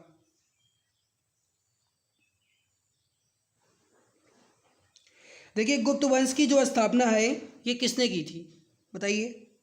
बहुत बढ़िया, किसने की थी? श्रीगुप्त ने की थी। तो ये हो जाएगा पहला ज्ञात गुप्त शासक श्रीगुप्त। और मेरे प्यारे भाई अगर आपसे ये पूछा जाए कि गुप्त वंश का वास्तविक संस्थापक किसे माना जाता है तो वो चंद्रगुप्त को माना जाता है।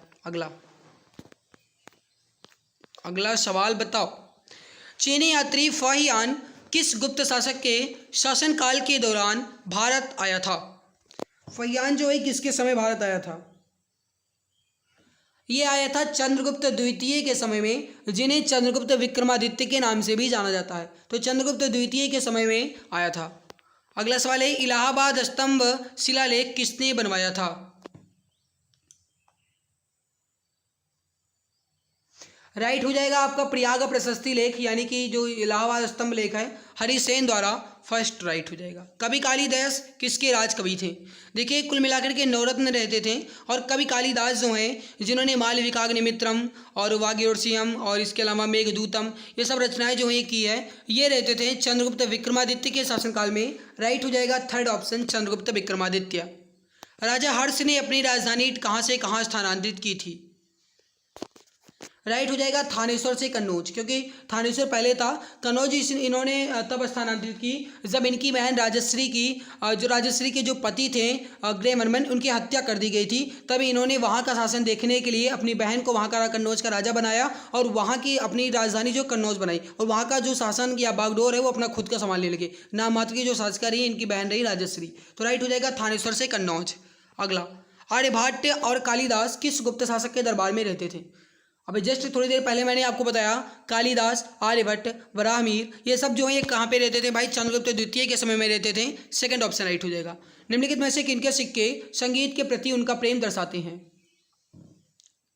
राइट हो जाएगा आपका, ये हो जाएगा गुप्तों के। करेक्ट आंसर हो जाएगा थर्ड ऑप्शन, क्योंकि आपने देखा है कि जो समुद्रगुप्त हैं ये संगीत के सबसे ज़्यादा प्रेमी रहे, और समुद्रगुप्त को उनकी बीड़ाओं पर उनके सिक्कों पर बीड़ा बजाते हुए दर्शाया गया है। इस वजह से जो गुप्त काल के जो शासक रहे, गुप्तों के जो शासक रहे, उन्हें संगीत का सबसे ज़्यादा प्रेमी माना जाता है। राइट हो जाएगा आपका थर्ड ऑप्शन।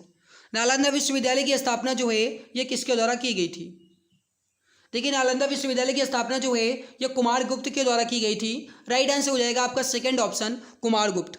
हाँ एक बात मैं आपको और बता दूं, ये मैं बताना भूल गया था, इसके पहले हमारा स्टैटिक जीके का पूरा पोर्शन कंप्लीट हो गया है। स्टैटिक जीके की पूरी खात्मा हो चुका है भाई, वो अपनी 2-2.5 घंटे की क्लास हुई है मैराथन, आप ज़रूर देख लीजिएगा। डिस्क्रिप्शन में लिंक दी गई है, आप ज़रूर देख लेना। मैं आपसे बार बार ये कह रहा हूँ ताकि आपका वहाँ पे भी अच्छा खासा स्कोर अर्जित हो पाए, ठीक है, स्टैटिक का भी आपका डर खत्म हो जाए। तो स्टैटिक जीके की जो क्लास हुई है 2-2.5 घंटे की मैराथन हुई है, जितने भी क्वेश्चंस बने हुए हैं सारे क्वेश्चंस वो कंप्लीट कर लिए गए हैं, वो आप जरूर देख लीजिएगा। इसमें हम हिस्ट्री कंप्लीट करें और इसके बाद किस टॉपिक पे जोर दिया जाए या किस टॉपिक को कंप्लीट किया जाए, इसका आप कमेंट में आंसर बताइएगा। इसके बाद आप किस टॉपिक की मैराथन क्लास पाना चाहते हैं ये आप हमें कमेंट में जरूर बताइएगा, ठीक है भाई। पहले बताओ, राइट हो जाएगा कुमारगुप्त, सेकेंड ऑप्शन करेक्ट हो जाएगा। अगला सवाल देखते हैं।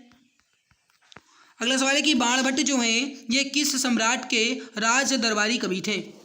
बाणभट्ट जो हैं किस सम्राट के राज दरबारी कवि थे? राइट हो जाएगा हर्षवर्धन के, थर्ड ऑप्शन करेक्ट हो जाएगा। अगला सवाल है कि निम्नलिखित में से किस अभिलेख या शिलालेखों में सती प्रथा का प्राचीनतम संदर्भ मिलता है? सती प्रथा का प्राचीनतम संदर्भ जो है ये भानुगुप्त के एरण शिलालेख से मिलता है। राइट हो जाएगा सेकंड ऑप्शन भानुगुप्त के एरण शिलालेख। हर्षचरित निम्नलिखित में से किसके द्वारा लिखी गई थी? हर्षचरित जो है ये किसके द्वारा लिखी गई थी? राइट हो जाएगा बाणभट्टी के द्वारा, सेकंड ऑप्शन करेक्ट आंसर हो जाएगा बाणभट्टी के द्वारा। अजंता और एलोरा की गुफाएं जो है भारत के किस राज्य में है? अजंता और एलोरा की गुफा जो है ये भारत के कहाँ पे है? महाराष्ट्र में है। राइट हो जाएगा थर्ड ऑप्शन महाराष्ट्र में। बराहमीर कौन थे? ये चंद्रगुप्त द्वितीय के एक दरबार में रहते थे और ये कौन थे भाई? ये खगोलज्ञ थे। राइट हो जाएगा खगोलज्ञ। अगला सवाल देखते हैं, शून्य के सिद्धांत का प्रतिपादन किसने किया था? राइट आंसर हो जाएगा क्वेश्चन नंबर 15 का ये हो जाएगा आर्यभट्ट ने। थर्ड ऑप्शन करेक्ट हो जाएगा। चीनी यात्री सुंग यून भारत कब आया? चीनी यात्री सुंग यून जो है ये 518 ईस्वी में भारत आया था। राइट आंसर हो जाएगा आपका ये हो जाएगा सेकंड ऑप्शन 518 ईस्वी में। ऑप्शन नंबर सेकंड करेक्ट हो जाएगा। अगला, अलवार संतों का आविर्भाव निम्नलिखित में से किस आधुनिक राज्य में हुआ है? राइट हो जाएगा तमिलनाडु में। करेक्ट आंसर हो जाएगा फर्स्ट ऑप्शन। लिच्छवी दौहित्र किसे कहा जाता है? लिच्छवी दौहित्र जो है ये किसे कहा जाता है? भारत का नेपोलियन कहे जाने वाले समुद्रगुप्त को। राइट हो जाएगा फोर्थ ऑप्शन। ओदंतपुरी शिक्षा केंद्र किस राज्य में स्थित था? ओदंतपुरी शिक्षा केंद्र जो है ये कहाँ पे था? बिहार में। अगला सवाल है, गुप्त काल शासन के दौरान निम्नलिखित में से कौन सा सिक्का चांदी में जारी किया गया था? बताओ। देखिए चांदी में जारी किए गए सिक्के को रुपए का कहा जाता था। राइट हो जाएगा थर्ड ऑप्शन रुपए का। और जो सोने के सिक्के हुआ करते थे उन्हें दिनार। हर्षवर्धन का समकालीन दक्षिण भारतीय शासक कौन थे? हर्षवर्धन के समय दक्षिण पर जो शासक था वो कौन था? 21 नंबर सवाल। राइट हो जाएगा पुलकेशिन द्वितीय। करेक्ट हो जाएगा सेकंड ऑप्शन। निम्नलिखित में से क्या राष्ट्रकूटों का सबसे अधिक चिरस्थायी योगदान है? राइट आंसर हो जाएगा आपका ये हो जाएगा माफ कीजिएगा एक मिनट।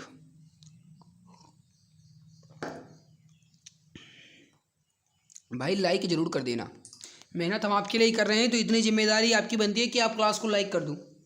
और मैं जल्दी जल्दी इसलिए बोल रहा हूँ भाई ताकि कम समय में कवर हो जाए। और आप अब ये सोच रहे हो कि इतनी भी जल्दी क्या है? भाई देखो आपका जीके के क्वेश्चंस कवर हो रहा है और मैं एक्सप्लेन भी नहीं कर रहा हूँ, केवल क्वेश्चंस कंप्लीट करवा रहा हूँ। तो टाइम बर्बाद करना बहुत ही गलत काम होता है। इस वजह से कम समय में अधिक क्वेश्चन कंप्लीट करना ये हमारा मेन मकसद होता है। इस वजह से मेरे प्यारे भाई हम जल्दी जल्दी क्वेश्चंस को कंप्लीट करवा रहे हैं, ठीक है।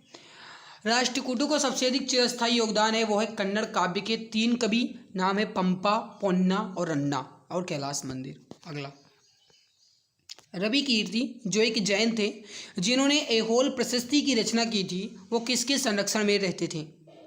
मतलब किसका संरक्षण प्राप्त था यार बताओ, इतना समझा करो। पुलकेशिन द्वितीय। राइट हो जाएगा थर्ड ऑप्शन पुलकेशिन द्वितीय। आगे बढ़ते हैं, किसके शासनकाल के दौरान अजंता की गुफाएं निर्मित की गई थीं? अजंता की गुफाएं किसके शासनकाल के दौरान निर्मित की गई? राइट हो जाएगा गुप्त के समय में, फर्स्ट ऑप्शन। अगला सवाल ये रहा, निम्नलिखित में से कौन सा शिलालेख प्रयाग प्रशस्ति के नाम से जाना जाता है? प्रयाग प्रशस्ति के नाम से जाना जाने वाला शिलालेख हरिसेन द्वारा यह हो जाएगा इलाहाबाद का स्तंभ शिलालेख। अगला, प्राचीन भारत में प्राचीनतम बौद्ध विश्वविद्यालय का नाम बताइए। राइट आंसर हो जाएगा आपका ये हो जाएगा फर्स्ट ऑप्शन तक्षशिला। द्वितीय पांड्यान साम्राज्य के भूमि माप का उल्लेख किसमें किया गया है? थलवईपुरम तांबे की प्लेटों में। ऑप्शन नंबर 1 करेक्ट आंसर हो जाएगा। गुप्त वंश के अंतिम शासक कौन हुए? गुप्त वंश के अंतिम शासक कौन हुए? 28 नंबर सवाल है। राइट आंसर जो हो जाएगा ये हो जाएगा विष्णुगुप्त। करेक्ट हो जाएगा सेकंड ऑप्शन। चालुक्य शासन पुलकेशिन की हर्षवर्धन पर विजय का वर्ष क्या है? जो चालुक्य शासन पुलकेशिन द्वितीय है इन्होंने हर्षवर्धन को कब पराजित किया था? राइट हो जाएगा 618 ईस्वी में। महाराजा धीराज की उपाधि धारण करने वाला प्रथम गुप्त शासक कौन था? महाराजा धीराज की उपाधि जो है चंद्रगुप्त प्रथम को दी गई है। ऑप्शन नंबर 1 करेक्ट आंसर हो जाएगा। कलिंग नरेश खारवेल का संबंध किस राजवंश से था? राइट हो जाएगा महामेघ वाहन वंश, जिसे आप चेदी वंश भी कहते हैं। राइट हो जाएगा आपका महामेघ वाहन वंश। अगला सवाल देखते हैं, हर्षवर्धन की वल्लभी विजय निम्नलिखित शिलालेखों में से किस में पाई गई? नवसारी ताम्रपात शिलालेख में। ऑप्शन नंबर 3 करेक्ट आंसर हो जाएगा। अगला सवाल है आपके सामने कि पूर्व गुप्त काल में निम्नलिखित में से कौन सी वस्तु निर्यात सामग्री नहीं थी? देखिए, लोहा, सोना, चांदी था, टिन नहीं था। राइट हो जाएगा 3rd ऑप्शन। निम्नलिखित में से किसके शासनकाल में हुआनसांग ने पल्लवों की राजधानी कांचीपुरम का भ्रमण किया था? सही आंसर हो जाएगा नरसिंहवर्मन प्रथम के शासनकाल में। 3rd ऑप्शन आपका सही आंसर यहाँ पे हो जाएगा। निम्नलिखित में से उस राज्य का नाम बताइए जो चंद्रगुप्त प्रथम को लिच्छवियों से दहेज में मिला था। सही उत्तर हो जाएगा Pataliputra. Option number 2 correct answer हो जाएगा पाटलिपुत्र। गुप्त काल के दौरान सोने के सिक्के को क्या कहा जाता था? सोने के सिक्के को दिनारस या फिर दिनार, और जो चांदी के सिक्के होते थे उन्हें रुपये का कहा जाता था। निम्नलिखित में से किसने 618 ईस्वी में हर्षवर्धन को हराया? 618 ईस्वी में हर्षवर्धन को हराया था पुलकेशिन द्वितीय ने। राइट हो जाएगा आपका 2nd ऑप्शन पुलकेशिन द्वितीय ने। अगला सवाल देखते हैं, गुप्त वंश के अंतिम स्वीकृत सम्राट कौन थे? राइट आंसर हो जाएगा गुप्त वंश के अंतिम स्वीकृत सम्राट, बताइए पहले। राइट हो जाएगा Vishnugupta. Option number 4 correct answer हो जाएगा विष्णुगुप्त। अगला सवाल है 39 नंबर सवाल है कि गुप्त शासकों ने डैश नामक एक कर लगाया जो हल कर था, और इसे प्रत्येक उस खेतीहर से लिया जाता था जो एक हल रखता था। कौन सा कर लगाया था? बताइए बताइए भाई, बताइए जल्दी जल्दी बताइए यार, कंप्लीट हो हाली, जल्दी जल्दी बताइए। बहुत बढ़िया, हलीवा कर, हल भाई, हलीवा, हलीवा बस याद रख सकते हो। तीर्थ यात्रियों के राजकुमार के रूप में प्रतिष्ठित हुआनसांग के सम्राट के शासनकाल के दौरान भारत का दौरा किया। हुआनसांग सियूकी, इन्होंने सियूकी में अपनी यात्रा का वर्णन किया। किसके समय में भारत आया? हर्षवर्धन के समय में। 4th, राजा हर्षवर्धन ने अपने भाई डैश की मृत्यु पर थानेश्वर और कन्नौज के सिंहासन पर प्रभुत्व स्थापित किया था। जस्ट मैंने थोड़ी देर पहले बताया था कि जो राजा हर्षवर्धन के भाई थे, क्या नाम था उनका? राज्यवर्धन। ठीक है, इन्होंने अपने मतलब जो इनके बहन थी राजश्री, उनके जो पति थे, हस्बैंड थे, उनकी जो हत्या कर दी गई थी, है ना, गौर नरेश के द्वारा। तो इस वजह से उनकी हत्या करने के लिए राज्यवर्धन को भेजा गया। राज्यवर्धन की हत्या हो चुकी थी, मिलकर के मार दिए थे सब, है ना, और उसी का बदला लेने के लिए हर्षवर्धन को भेजा गया। हर्षवर्धन ने मारकर सबको गिरा दिया, और उसके बाद अपनी बहन को ढूंढने निकले, क्योंकि बहन इसकी जंगल में भाग गई थी, क्योंकि उस समय ये प्रथा थी सती होने की, सती प्रथा थी, है ना। तो सती प्रथा थी कि अगर कोई पति मर जाता है और उस समय उसकी स्त्री जीवित रहती है, तो उस पति की चिता पर स्त्री को जिंदा बैठना होता था, ये होता था सती। ठीक है, तो ये सोच रही थी कि अगर वो मर चुके हैं तो अब हम क्या करेंगे, हम भी जा रहे हैं सती होने। इस वजह से फिर उसके बाद हर्षवर्धन ने रोका था। ठीक है, हर्षवर्धन ने रोका, और उसके बाद अपनी बहन को यानी राजश्री को कन्नौज की गद्दी पर बैठाए, और वहाँ की जो बागडोर खुद संभालने लगे। इस वजह से थानेश्वर से कन्नौज इन्होंने अपनी जो राजधानी है ये भी स्थानांतरित की थी। तो ये बात आपको समझ में आ गई होगी। अगला है कि हर्षचरित कन्नौज के शासक हर्षवर्धन की जीवनी है जो उनके दरबारी कवि डैश द्वारा संस्कृत में रचित है। गजब का सवाल ये है आपके सामने कि हर्षचरित ये जो है किस भाषा में लिखी गई? संस्कृत भाषा में लिखी गई।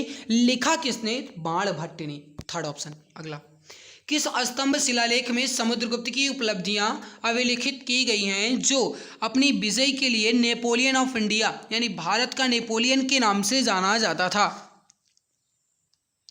राइट हो जाएगा इलाहाबाद स्तंभ लेख या प्रयाग प्रशस्ति लेख। पुष्यभूति जिन्होंने थानेश्वर से शासन किया था डैश राजवंश के राजा थे। किस राजवंश के?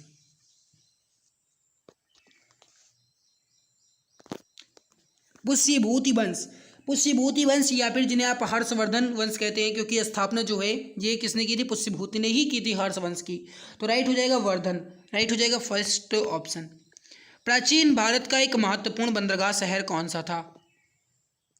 सही आंसर हो जाएगा ताम्रलिप्त। ताम्रलिप्त जो है प्राचीन भारत का एक महत्वपूर्ण बंदरगाह हुआ करता था, पोर्ट हुआ करता था। अगला सवाल देखो, तो शायद 45 सवाल ही दिए गए थे क्या? 1 मिनट देख लेते हैं। जी भाई, इसमें केवल और केवल 45 सवाल दिए गए थे। अब आते हैं हम टाइप नंबर 5 की तरफ। मेरे प्यारे भाई, मेहनत अच्छी लग रही है भाई तो लाइक ज़रूर कर देना। मेहनत हम आपके लिए करें, इतनी जिम्मेदारी आपकी बनती है कि आप क्लास को लाइक कर दो। लाइक करने में कुछ नहीं जाएगा, बस ये है कि आप लाइक करोगे, मुझे मोटिवेशन मिलेगा, मैं आपको और बेहतर क्लासेस दे पाऊँगा, बस इतना फ़र्क है। तो लाइक ज़रूर कर दिया करो। अब इधर से आ गया है आपका इंपॉर्टेंट क्वेश्चन टाइप 5 और इसके बाद टाइप 6, उसके बाद प्राचीन भारत का पूरा क्लास। निम्नलिखित में से क्या अजंता गुफाओं के संबंध में सही नहीं है? बताओ, अजंता गुफाओं के संबंध में क्या सही नहीं है? ये महाराष्ट्र में है अजंता गुफाएं, हाँ भैया महाराष्ट्र में है। ये बौद्ध कला से सुसज्जित हैं, बिल्कुल भाई बौद्ध कला से हैं। प्राचीन भारत में प्रयुक्त तकनीकों को दर्शाती हैं, भाई गलत, क्योंकि बौद्ध धर्म से है तो तकनीकी कहाँ, गलत, बौद्ध धर्म से है, तो राइट हो जाएगा थर्ड ऑप्शन। मूलतः चचनामा किस भाषा में लिखी गई थी? मूल जो चचनामा है ये किस भाषा में लिखी गई थी? राइट हो जाएगा आपका सेकंड का, वो हो जाएगा अरबी भाषा में, थर्ड ऑप्शन करेक्ट आंसर हो जाएगा। महाबलीपुरम के रथों का निर्माण किसके शासनकाल में हुआ था? पल्लवों के शासनकाल में हुआ था। एसएससी सेक्शन ऑफिसर में पूछा गया भाई, पल्लवों के शासनकाल में। एलोरा में सुविख्यात कैलाश शिव मंदिर का निर्माण किस राष्ट्रकूट शासक ने करवाया था? सही उत्तर हो जाएगा कृष्ण प्रथम ने, फर्स्ट थर्ड ऑप्शन राइट हो जाएगा, कृष्ण प्रथम ने। महाबलीपुरम की स्थापना जो है किसने की थी? पल्लवों ने की थी, option number first correct answer हो जाएगा पल्लव ने। पल्लवों की राजधानी कहाँ पे थी? सही आंसर हो जाएगा कांची। कांची जो है पल्लवों की राजधानी थी, राइट हो जाएगा फर्स्ट ऑप्शन। अगला सवाल, अगला सवाल है कि महाबलीपुरम में रथ मंदिर का निर्माण किस पल्लव शासक के शासनकाल में हुआ? किस पल्लव शासक के शासनकाल में महाबलीपुरम के रथ मंदिर का निर्माण हुआ था? 57 नंबर सवाल है, सॉरी 7 नंबर सवाल है, पता नहीं कहाँ दिमाग चला गया है। राइट हो जाएगा नरसिंहवर्मन प्रथम ने, ऑप्शन नंबर सेकंड राइट हो जाएगा। 1 मिनट पानी पी ले भाई, तब दिमाग काम करेगा, और जब तक दिमाग काम नहीं करेगा तब तक कुछ हो भी नहीं सकता है ना। तो 1 मिनट पानी पी ले तब।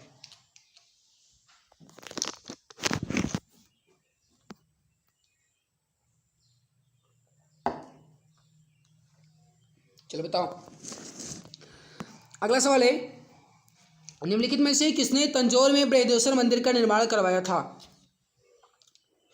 मोस्ट इंपॉर्टेंट सवाल है, बार बार एग्जाम में आता है, जितना स्टार मार्क लगाना चाहो उतना लगा लो, इतना समझ जाओ। राज चोल ने, सेकंड ऑप्शन राज चोल। निम्नलिखित में से किस चोल राजा ने लंका यानी सिंघल को पहले जीता था? लंका या फिर सिंघोल को पहले जीता था। भाई लंका को जीतने वाले तो वो थे प्रभु रामचंद्र जी, लेकिन इसमें राजा की बात की जा रही है, वो भी राजा थे लेकिन चोल राजा की बात की जा रही है ना। तो ये हो जाएंगे राज प्रथम। कौन हो जाएंगे? राज प्रथम। अगला अगला अगला अगला अगला अगला ये रहा। गंगा को उत्तर से दक्षिण में ले जाने का श्रेय जो है किसे दिया जाता है? मोस्ट इंपॉर्टेंट सवाल है, बताइए। राजेंद्र चोल जो हैं ये गंगा को उत्तर से दक्षिण में ले जाने वाले हैं, ये राइट हो जाएगा आपका राजेंद्र चोल। निम्नलिखित व्यक्ति और घटना का सही मेल बताइए और नीचे दी गई कोड का प्रयोग कर रहा है। तो पहले यहाँ पे देख लेना है कि कौन सा मेल सही है और उसके बाद यहाँ पे कोड भाषा का प्रयोग करके मुझे सही उत्तर का चयन करना है, ठीक है। चलो, सुल्तान मोहम्मद सोमनाथ की लूट, क्या यह सही है? बिल्कुल राइट हो जाएगा आपका, ये हो जाएगा सुल्तान मोहम्मद के समय में ही सोमनाथ की लूट होती 1025 ईस्वी में, 1025 ईस्वी में। निम्नलिखित में से किसने सोमनाथ मंदिर पर आक्रमण किया था? गजब का सवाल है, गजब का सवाल है, गजब का सवाल है। बताओ बताओ बताओ, जल्दी बताओ जल्दी। बहुत बढ़िया बहुत बढ़िया बहुत बढ़िया मित्र, राइट आंसर हो जाएगा महमूद गजनी के समय में। अगला सवाल, अगला सवाल ये रहा। चोल वंश में ग्राम प्रशासन के बारे में किस शिलालेख में उल्लेख मिलता है? राइट हो जाएगा उत्तर मेरूर शिलालेख में। कौन सा शिलालेख में? उत्तर मेरूर शिलालेख में। अगला,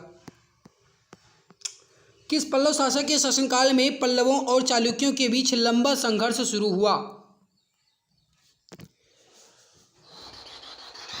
राइट आंसर हो जाएगा क्वेश्चन नंबर 14 का, ये हो जाएगा महेंद्र वर्मन प्रथम के समय में।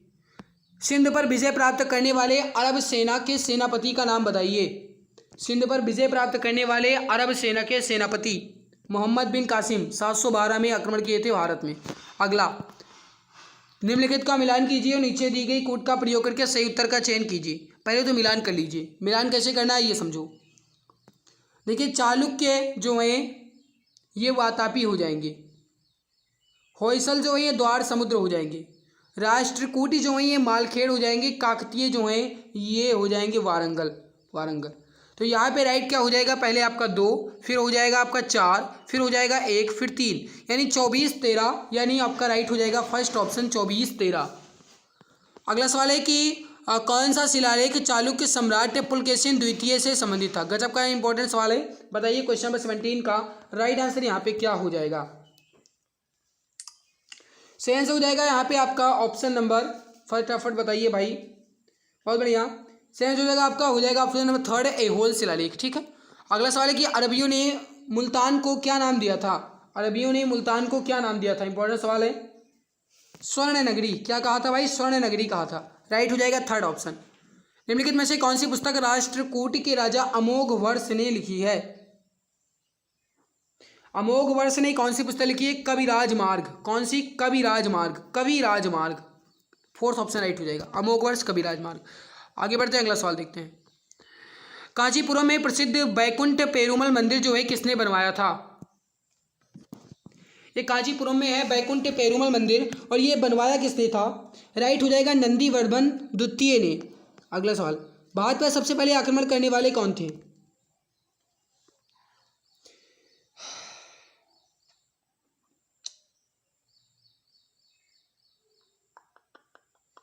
आर्य, फर्स्ट ऑप्शन राइट हो जाएगा। हालांकि ये अभी मतलब डाउट में चल रहा है। प्रतिहार वंश के महानतम राजा कौन थे। प्रतिहार वंश के महानतम राजा थे भोज, जिन्हें मिहिर भोज भी कहते हैं। राइट हो जाएगा 2nd ऑप्शन। निम्नलिखित में से कौन से पल्लव राजा ने चालुक्य सम्राट राजा पुलकेशिन द्वितीय को पराजित करके उनका वध करके वातापी कुंडा को खिताब भी प्राप्त किया। राइट हो जाएगा नरसिंहवर्मन प्रथम ने। ऑप्शन नंबर 1 करेक्ट आंसर हो जाएगा नरसिंहवर्मन प्रथम। अगला सवाल है कि राष्ट्रकूटों की प्रारंभिक राजधानी निम्नलिखित में से कौन सी थी। राइट आंसर हो जाएगा आपका, ये हो जाएगा एलोरा। करेक्ट आंसर हो जाएगा आपका 2nd ऑप्शन एलोरा। भारत के किस क्षेत्र में कामरूप का एक प्राचीन नाम है। भारत के किस क्षेत्र में कामरूप का एक प्राचीन नाम है। राइट आंसर हो जाएगा Assam. Option number 4 correct answer हो जाएगा असम। अजंता एलोरा की गुफा जो है किस शहर के पास स्थित है।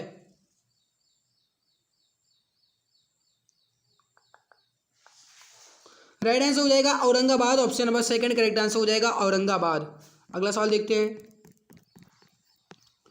दिलवाड़ा के चालुक्य जैन मंदिर जो है कहाँ है। दिलवाड़ा के चालुक्य जैन मंदिर राजस्थान के माउंट आबू में है। करेक्ट आंसर हो जाएगा 3rd ऑप्शन, राजस्थान के माउंट आबू में।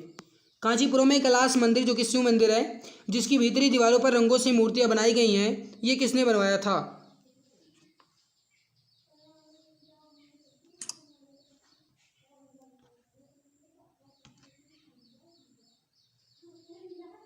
मोस्ट इंपॉर्टेंट सवाल है। राइट हो जाएगा नरसिंहवर्मन प्रथम ने। करेक्ट, सॉरी नरसिंहवर्मन केवल, नरसिंहवर्मन राइट हो जाएगा। 2nd ऑप्शन राइट हो जाएगा। अगला सवाल है कि पल्लव राजवंश ने अपनी राजधानी कहाँ बनवाई थी। पल्लव राजवंश ने अपनी राजधानी कहाँ बनाई थी। भाई गर्मी लग रही है, लाइट चली गई है, इस वजह से गर्मी बहुत ज़्यादा लग रही है, इस वजह से दिमाग भी थोड़ा कम काम कर रहा है। पल्लव राजवंश ने अपनी राजधानी जो है कहाँ बनाई थी, पहले इसका आंसर बताओ। कांचीपुरम में बनाई थी भाई। राइट हो जाएगा 1st ऑप्शन। सुल्तान महमूद जो है कहाँ का शासक था। गजनी का शासक था। राइट हो जाएगा आपका 2nd ऑप्शन गजनी। अगला सवाल है कि ऐहोल प्रशस्ति का संबंध किस राजवंश से जुड़ा है। राइट आंसर हो जाएगा चालुक्य राजवंश से। करेक्ट आंसर हो जाएगा आपका, ये हो जाएगा 2nd ऑप्शन चालुक्य राजवंश। निम्नलिखित मंदिरों में से चंदेल राजा किससे संबंधित थे। चंदेल राजा जो है किससे संबंधित थे। राइट आंसर हो जाएगा खजुराहो से। करेक्ट आंसर हो जाएगा यहाँ पे Khajuraho. 1st option correct answer हो जाएगा खजुराहो। गाइस एक बात मैं आपको और बता दूं कि अब मुझे थोड़ा सा धीरे चलना होगा, क्योंकि लगातार इतनी तेज क्लास करवा रहे हैं, हो सकता है कि आगे गलती भी होने लगे ना, इस वजह से थोड़ा धीरे चलेंगे। अब निम्नलिखित में से किस राजपूत वंश का संबंध अग्निकुल से नहीं है। नहीं है,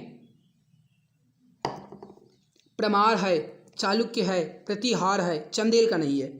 राइट हो जाएगा चंदेल। अगला, चोल राजवंश से उभरने वाला पहला महत्वपूर्ण शासक कौन था? बहुत गजब का सवाल है, इंपॉर्टेंट सवाल इसे ही कहा जाता है। राइट हो जाएगा आपका, ये हो जाएगा राज चोल, सेकंड ऑप्शन राइट हो जाएगा। अगला सवाल देखते हैं। अगला सवाल ये रहा, पाल वंश के पतन के बाद बंगाल में किस राजवंश ने अपना शासन स्थापित किया? राइट हो जाएगा आपका, देखिए पाल के बाद आए थे सेन, पाल के बाद सेन, करेक्ट हो जाएगा फर्स्ट ऑप्शन। बृहदेश्वर मंदिर तंजौर में कहाँ है? तंजौर, तंजौर कहाँ है भाई? तंजौर कहाँ है भाई? तमिलनाडु में है ना, तो राइट हो जाएगा तमिलनाडु में है। बृहदेश्वर मंदिर है कहाँ पे? तमिलनाडु में। चोल राज्य को निम्न में से किस राष्ट्रकूट शासक के आक्रमण को झेलना पड़ा था? चोल राज्य जो है इन्हें किस राष्ट्रकूट शासक के आक्रमण को झेलना पड़ा था? बताओ। बड़ी गर्मी लग रही है भाई, बहुत गर्मी लग रही है, क्या बताएं, इतनी गर्मी है कि आप समझ नहीं सकते हैं। चेहरा तो दिख नहीं रहा है मेरा, फिर आपको पता चल जाता, पसीने गिर रहे हैं, बिल्कुल जैसे लग रहा है कि धारा बह रही हो, है ना। भले ही थोड़ा सा बढ़ा चढ़ा कर कह दिए हैं, लेकिन आप समझ सकते हैं भाई कि गर्मी बहुत ज़्यादा है। तो देखो राइट हो जाएगा, चोल राज्य को किस राष्ट्रकूट के आक्रमण को झेलना पड़ा? कृष्ण तृतीय। किसके? कृष्ण तृतीय, ध्यान रखिएगा तृतीय है। अगला, बादामी चालुक्यों के बादामी जाने से पहले उनकी राजधानी कहाँ थी? बादामी चालुक्यों के बादामी जाने से पहले उनकी राजधानी कहाँ थी? ऐहोल में थी। राइट हो जाएगा सेकंड ऑप्शन ऐहोल। चालुक्य वंश के संस्थापक कौन थे? इंपॉर्टेंट सवाल है, चालुक्य वंश के संस्थापक कौन थे? राइट हो जाएगा पुलकेशिन प्रथम। राइट हो जाएगा पुलकेशिन प्रथम, करेक्ट आंसर हो जाएगा फोर्थ ऑप्शन पुलकेशिन प्रथम। मिहिर भोज जो है कहाँ का शासक था? मिहिर भोज जो है कहाँ का शासक था? प्रतिहार का। राइट हो जाएगा थर्ड ऑप्शन प्रतिहार। विक्रमशिला विश्वविद्यालय की स्थापना एक पाल राजा ने की थी, किसने की थी?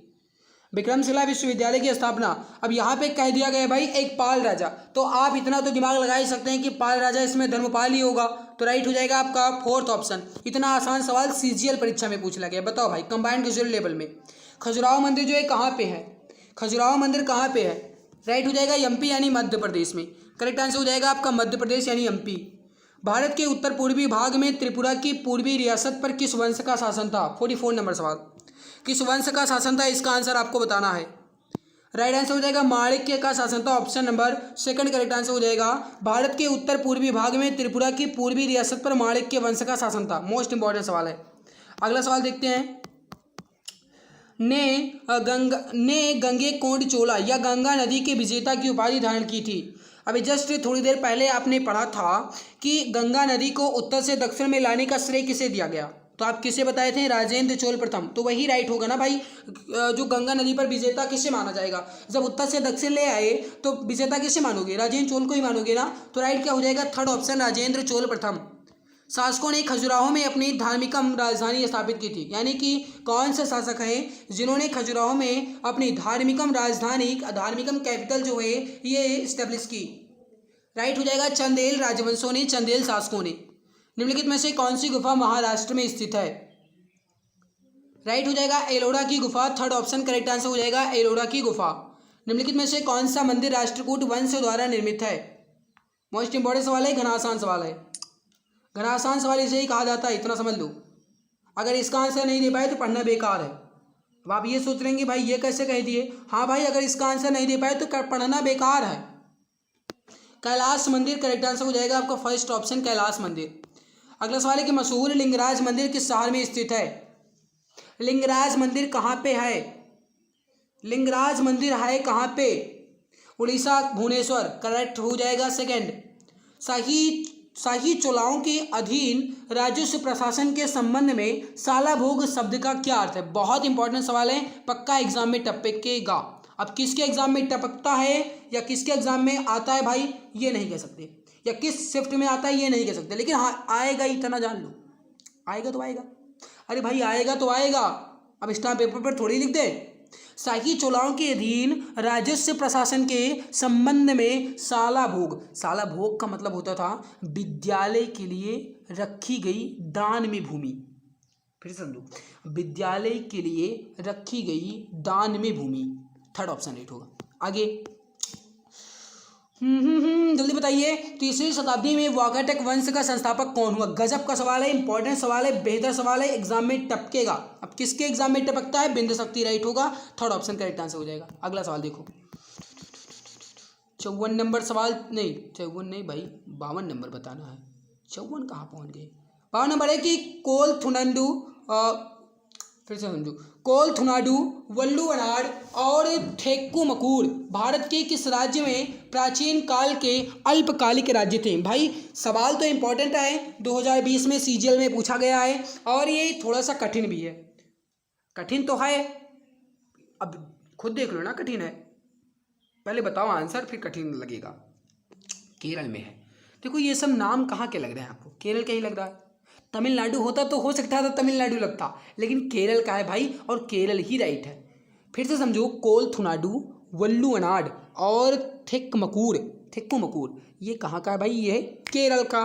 नेक्स्ट सवाल ये रहा, महाबलीपुरम में पंचरथों का निर्माण किस राजवंश ने कराया? महाबलीपुरम में पंचरथों का निर्माण किस राजवंश ने कराया? 53 नंबर सवाल, मोस्ट इम्पोर्टेंट,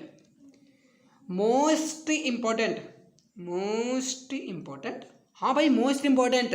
महाबलीपुरम में पंचरथों का निर्माण किस राजवंश के राजाओं ने कराया?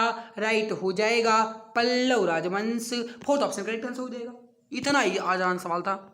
महाबलीपुरम में पंचरथों में से 4 रथ, धर्मराज यानी युधिष्ठिर रथ, भीम रथ, अर्जुन रथ और नकुल सहदेव रथ, और 5वें रथ का नाम क्या था? अरे भाई 5वें रथ कौन सा होगा? आसान सवाल है भाई, कौन सा होगा? अब ये मत समझना कि भीष्म हो जाएंगे, कृष्ण हो जाएंगे, कर्ण हो जाएंगे, सब गलत है। द्रौपदी होंगी, महाभारत वाली द्रौपदी है ना। अगला सवाल देखो, निम्नलिखित में से ऐसी कौन सी एकमात्र सही जोड़ी है जिसे चोल शिलालेखों द्वारा वर्णित किया गया है? चोल शिलालेखों द्वारा वर्णित किया गया है वो इसमें से कौन सी सही है? ब्रह्मदेव मंदिरों को उपहार में दी गई भूमि ना, सालाभोग ब्राह्मणों, अभी भाई आपने देखा सालाभोग वो स्कूल के लिए दी जाती थी। पल्ली चद्दम जैन संस्थाओं को दान में दी गई भूमि, क्या यह सही है? हाँ भाई यही सही है भैया, यही मैं हाईलाइट कर दूं क्योंकि ये इंपॉर्टेंट क्वालिटी का क्वेश्चन है। ओके, अगला सवाल देखो, निम्नलिखित में से कौन सा मंदिर चोल साम्राज्य का एक उदाहरण है? चोल साम्राज्य का एक उदाहरण है, और जस्ट थोड़ी देर पहले बताया भी गया शायद, राइट नहीं ये नहीं बताया मैंने, राइट हो जाएगा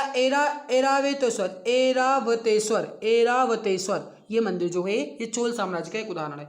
एरावत जो हाथी है ये किसका था?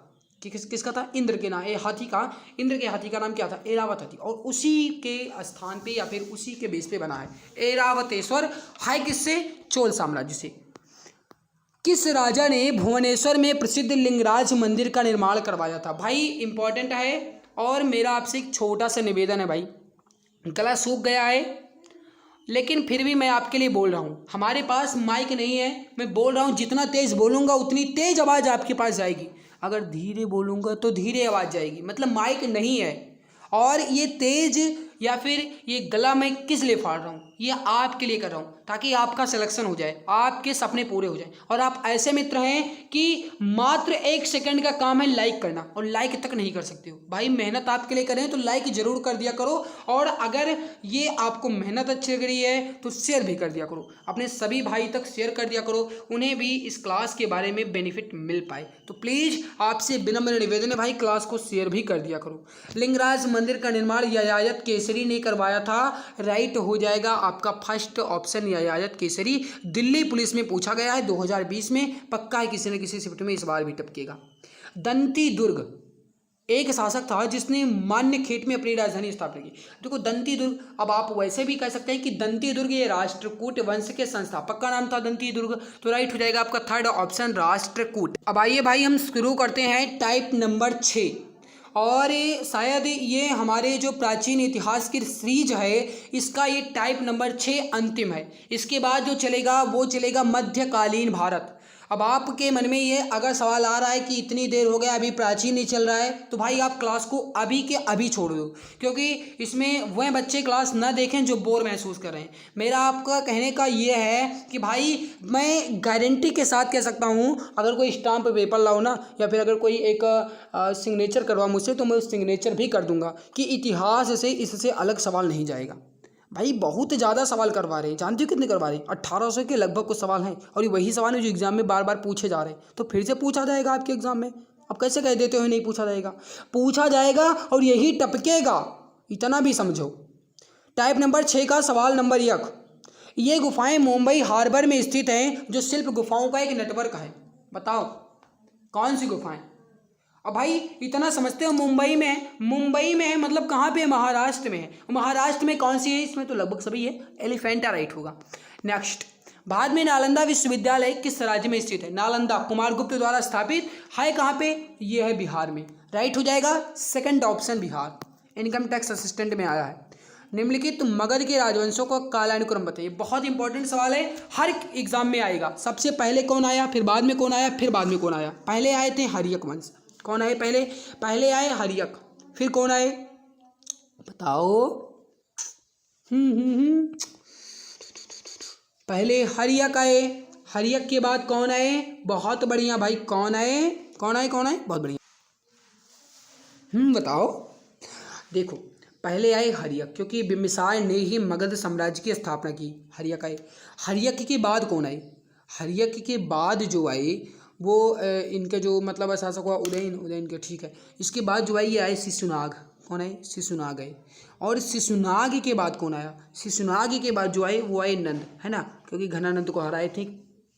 अब इसके बाद जो नहीं नंद, ये तो दूसरा है। अब नंद को जब हराए उसको किसने हराया था भाई? बृहद्रथ। बृहद्रथ जो ये मौर्य हैं, ये तो बात अलग है, ये मौर्य हो जाएगा। अब आप समझ नहीं पाए होंगे, नहीं समझ पाओगे, फिर से समझाना पड़ेगा। मैं आपको समझा रहा हूँ, 1 मिनट समझिए, मैं बोल रहा हूँ, क्योंकि लिखूंगा तो टाइम बर्बाद ही होगा। देखिए सबसे पहले मगध पे अगर कहा जाए कि शासन या फिर मगध की अगर कोई स्थापना की तो किसने की? मगध की बात कर रहे हैं तो बृहद्रथ ने की थी। और सबसे पहले जो मतलब वंश चला वो कौन सा चला? हर्यक वंश चला, फिर शिशुनाग वंश चला, फिर नंद वंश चला, फिर मौर्य वंश चला। ठीक है मेरे प्यारे भाई, मगध साम्राज्य का जो पहला उल्लेख है ये किस वेद में किया गया है? तो ये अथर्व वेद में किया गया है। इस बात को भी आप ध्यान रखिएगा। हर्यक वंश जो है ये मगध साम्राज्य के सबसे पहले शासक यानी कि हर्यक वंश के संस्थापक हुए बिम्बिसार। तो ये नंबर 1 पर बिम्बिसार है। और बिम्बिसार का जो सबसे अंत में हुआ यानी कि बिम्बिसार का जो लड़का हुआ अजातशत्रु, इन्होंने बिम्बिसार की हत्या कर दी। और अजातशत्रु की हत्या जो है उदयन ने कर दी। उदयन के मेरे प्यारे भाई 3 पुत्र थे, एक का नाम था अनिरुद्ध, दूसरे का नाम था मुंडा और तीसरे का नाम था नागदशक। नागदशक जो है ये हर्यक वंश का अंतिम शासक हुआ। और नागदशक की हत्या जो है ये किसने की? ये शिशुनाग वंश के जो शासक थे शिशुनाग, इन्होंने हत्या कर दी नागदशक की। अब शिशुनाग वंश की हत्या की। शिशुनाग वंश में जो शिशुनाग का उत्तराधिकारी हुआ ये हुआ कालाशोक या फिर काकवर्ण। और ये कालाशोक या काकवर्ण के समय में ही द्वितीय बौद्ध संगति 383 में हुई थी साबक अमीर की अध्यक्षता में, जानते होंगे। और मेरे प्यारे भाई जो शिशुनाग वंश है इसका अंतिम शासक हुआ नंदीवर्धन। नंदीवर्धन की हत्या जो है ये महापद्मनंद ने की और उसके बाद नंदवंश की स्थापना की। नंदवंश की स्थापना जो है किसने की? महापद्मनंद की। महापद्मनंद के जो अंतिम शासक हुए ये कौन हुए बता? पहले इसका आंसर बता फिर। बहुत बढ़िया। महापद्मनंद के जो अंतिम शासक हुए ये कौन हुए? घनानंद हुए। घनानंद की जो हत्या किसने की? चंद्रगुप्त मौर्य ने की। तो राइट क्या हो जाएगा आपका यहाँ पे? पहले हर्यक, फिर शिशुनाग, फिर नंद, फिर मौर्य, यानी पहले 4 2 1 3 4 2 1 3 4 2 1 3 यानी थर्ड ऑप्शन। ओके अगला सवाल, निम्नलिखित में से किस देश में हाल में बुद्ध की मूर्तियों को विरूपित किया गया और हटाया गया? बताओ, 4th नंबर सवाल है। राइट आंसर जो हो जाएगा ये हो जाएगा अफगानिस्तान में। करेक्ट आंसर हो जाएगा थर्ड ऑप्शन अफगानिस्तान में। निम्नलिखित में से वह व्यक्ति कौन है जो चिकित्सक नहीं है? सुश्रुत, चार्वाक, धन्वंतरी, चार्वाक कौन? बताओ भाई। चरक हैं? क्या ये चरक हैं? हाँ भाई चरक हैं। सुश्रुत हैं? हाँ भाई सुश्रुत हैं। धन्वंतरी हैं? हाँ भाई धन्वंतरी हैं। चार्वाक हैं? चार्वाक थोड़ी हैं। थर्ड ऑप्शन राइट हो जाएगा। प्राचीन युग है मोहम्मदी युग। मोहम्मदी युग क्या बता रहे हो भाई? बौद्ध युग है, सेकंड ऑप्शन। जीडी में पूछा गया। ऐतिहासिक एलोरा गुफाएं कहाँ हैं? एलोरा की गुफाएं औरंगाबाद में हैं, फोर्थ ऑप्शन राइट होगा औरंगाबाद। अगला सवाल ये रहा, अगला सवाल ये रहा, निम्नलिखित नामों से प्राचीन भारत के चिकित्सीय त्रय की पहचान कीजिए। चिकित्सीय त्रय यानी कि जो चिकित्सक रहते थे जिन्हें चिकित्सीय त्रय कहा जाता था वो कौन थे? बहुत इंपॉर्टेंट सवाल है। चिकित्सीय त्रय, एक का नाम था चरक, दूसरे का नाम था सुश्रुत और तीसरे का नाम था पंतजलि, जिन्होंने महाभाष्य लिखा। तो चरक, सुश्रुत और पंतजलि राइट हो जाएगा सेकंड ऑप्शन आपका। ओके गाइस, नेक्स्ट, निम्नलिखित साहित्य कृतियों और उनके लेखकों के साथ मिलान कीजिए और फिर नीचे दी गई कूट भाषा का प्रयोग करके सही उत्तर का चयन करना है। नीचे दी गई कूट भाषा का एक बार देख लीजिए और उसके बाद सही उत्तर दीजिए। देखिए सबसे पहले कविराज मार्ग, कविराज मार्ग जो है ये किसकी है? ये है अमोघ वर्ष की, ठीक है। इसके बाद मेरे प्यारे भाई आदि पुराण, आदि पुराण जो है ये है जिनसेना की। इसके बाद अगर कहा जाए तो गणित सारास्मग्रह ये है महावीराचार्य की और अमोघ वृत्ति जो है ये है शाक्टायन की। थोड़ा कठिन है सवाल तो इम्पोर्टेंट है, ये भी याद रखिएगा। 3 4 1 2 राइट हो जाएगा, 3 4 1 2 सी आंसर। राजवंशों का मिलान करना है और उसके बाद नीचे दी गई कूट भाषा का प्रयोग करके सही उत्तर का चयन करना है। मतलब किसकी स्थापना किसने की, जो जो जानते हो वो कर लो, अपनी आप सब हो जाएगा। पल्लव वंश की स्थापना किसने की थी? सिंह विष्णु ने की थी। पल्लव वंश की स्थापना किसने की थी बताओ? सिंह विष्णु ने की थी ना। सही है, तो ये हो जाएगा सिंह विष्णु। चालुक्य की स्थापना किसने की थी? चलो अभी छोड़ दो। राष्ट्रकूट की स्थापना किसने की थी? दंती दुर्ग ने की थी। अब बताओ पहले चालुक्य की स्थापना किसने की थी और होयसल की स्थापना किसने की थी? चालुक्य की स्थापना की थी किसने? पुलकेशिन द्वितीय ने। और होयसल की स्थापना किसने की थी? विष्णुवर्धन ने। तो क्या हो जाएगा आपका 3, पहले 3 फिर 4 फिर 1 फिर 2, 3 4 1 2, 3 4 1 2 यानी सेकंड ऑप्शन आपका करेक्ट आंसर हो जाएगा, 3 4 1 2। तो क्वेश्चन नंबर कौन सा हमारा ये देख लेते हैं एक बार। बिल्कुल, तो क्वेश्चन नंबर 10 का जो सही आंसर हो जाएगा ये क्या हो जाएगा? 3 4 1 2 यानी सेकंड ऑप्शन आपका करेक्ट आंसर हो जाएगा। अगला सवाल है कि श्री पेरुम्बदूर किसका जन्मस्थल है? श्री पेरुम्बदूर जो है किसका जन्मस्थल है? श्री रामानुजाचार्य की। करेक्ट हो जाएगा आपका फोर्थ ऑप्शन, श्री रामानुजाचार्य। निम्नलिखित में से कहाँ स्तूप नहीं है? रांची स्तूप, सांची स्तूप, भरूच स्तूप, धमेक स्तूप है? रांची, रांची रांची भाई थोड़ी, ये सांची है, पहला ही गलत है। अगला सवाल देखते हैं। अगला सवाल ये रहा, अगला सवाल ये नहीं, ये तो हो गया भाई। ये चीनी यात्रियों ने सबसे पहले भारत की यात्रा क्यों की? बहुत इंपॉर्टेंट सवाल है, बहुत इंपॉर्टेंट सवाल है। चीनी यात्रियों ने सबसे पहले भारत की यात्रा क्यों की? क्योंकि बौद्ध धर्म में रुचि थी, बात खत्म। अगला सवाल, प्राचीन भारत में प्राचीनतम बौद्ध विश्वविद्यालय का नाम बताइए। तक्षशिला विश्वविद्यालय फर्स्ट ऑप्शन राइट आंसर हो जाएगा। ब्राह्महीर का पंचतम सिद्धांत किससे संबंधित है? ब्राह्महीर का जो पंच सिद्धांत में किससे संबंधित है? ब्राह्महीर जो है चंद्रगुप्त द्वितीय के समय में रहते थे और इनका संबंध जो है ये किससे है भाई? ये खगोल विज्ञान से। पंच सिद्धांत में इनकी एक पुस्तक है। हस्तलिपियों के मूल संस्थापक और कौटिल्य के अर्थशास्त्र के संपादक कौन थे? बहुत इंपॉर्टेंट सवाल है, बताइए। कौटिल्य के जो अर्थशास्त्र पुस्तक है इसके संपादक कौन थे? राइट आंसर हो जाएगा आर समाशास्त्री। कौन है? आर समाशास्त्री। भारत सरकार ने निम्नलिखित में से किस शासक से अपना प्रतीक चिन्ह लिया है? राइट आंसर हो जाएगा अशोक, यानी कि जो सत्यमेव जयते हैं। अगला सवाल है, पंचतंत्र की कथाओं का संकलन किसने किया है? राइट हो जाएगा थर्ड ऑप्शन, विष्णु शर्मा ने। तक्षशिला विश्वविद्यालय वर्तमान में किस देश में स्थित है?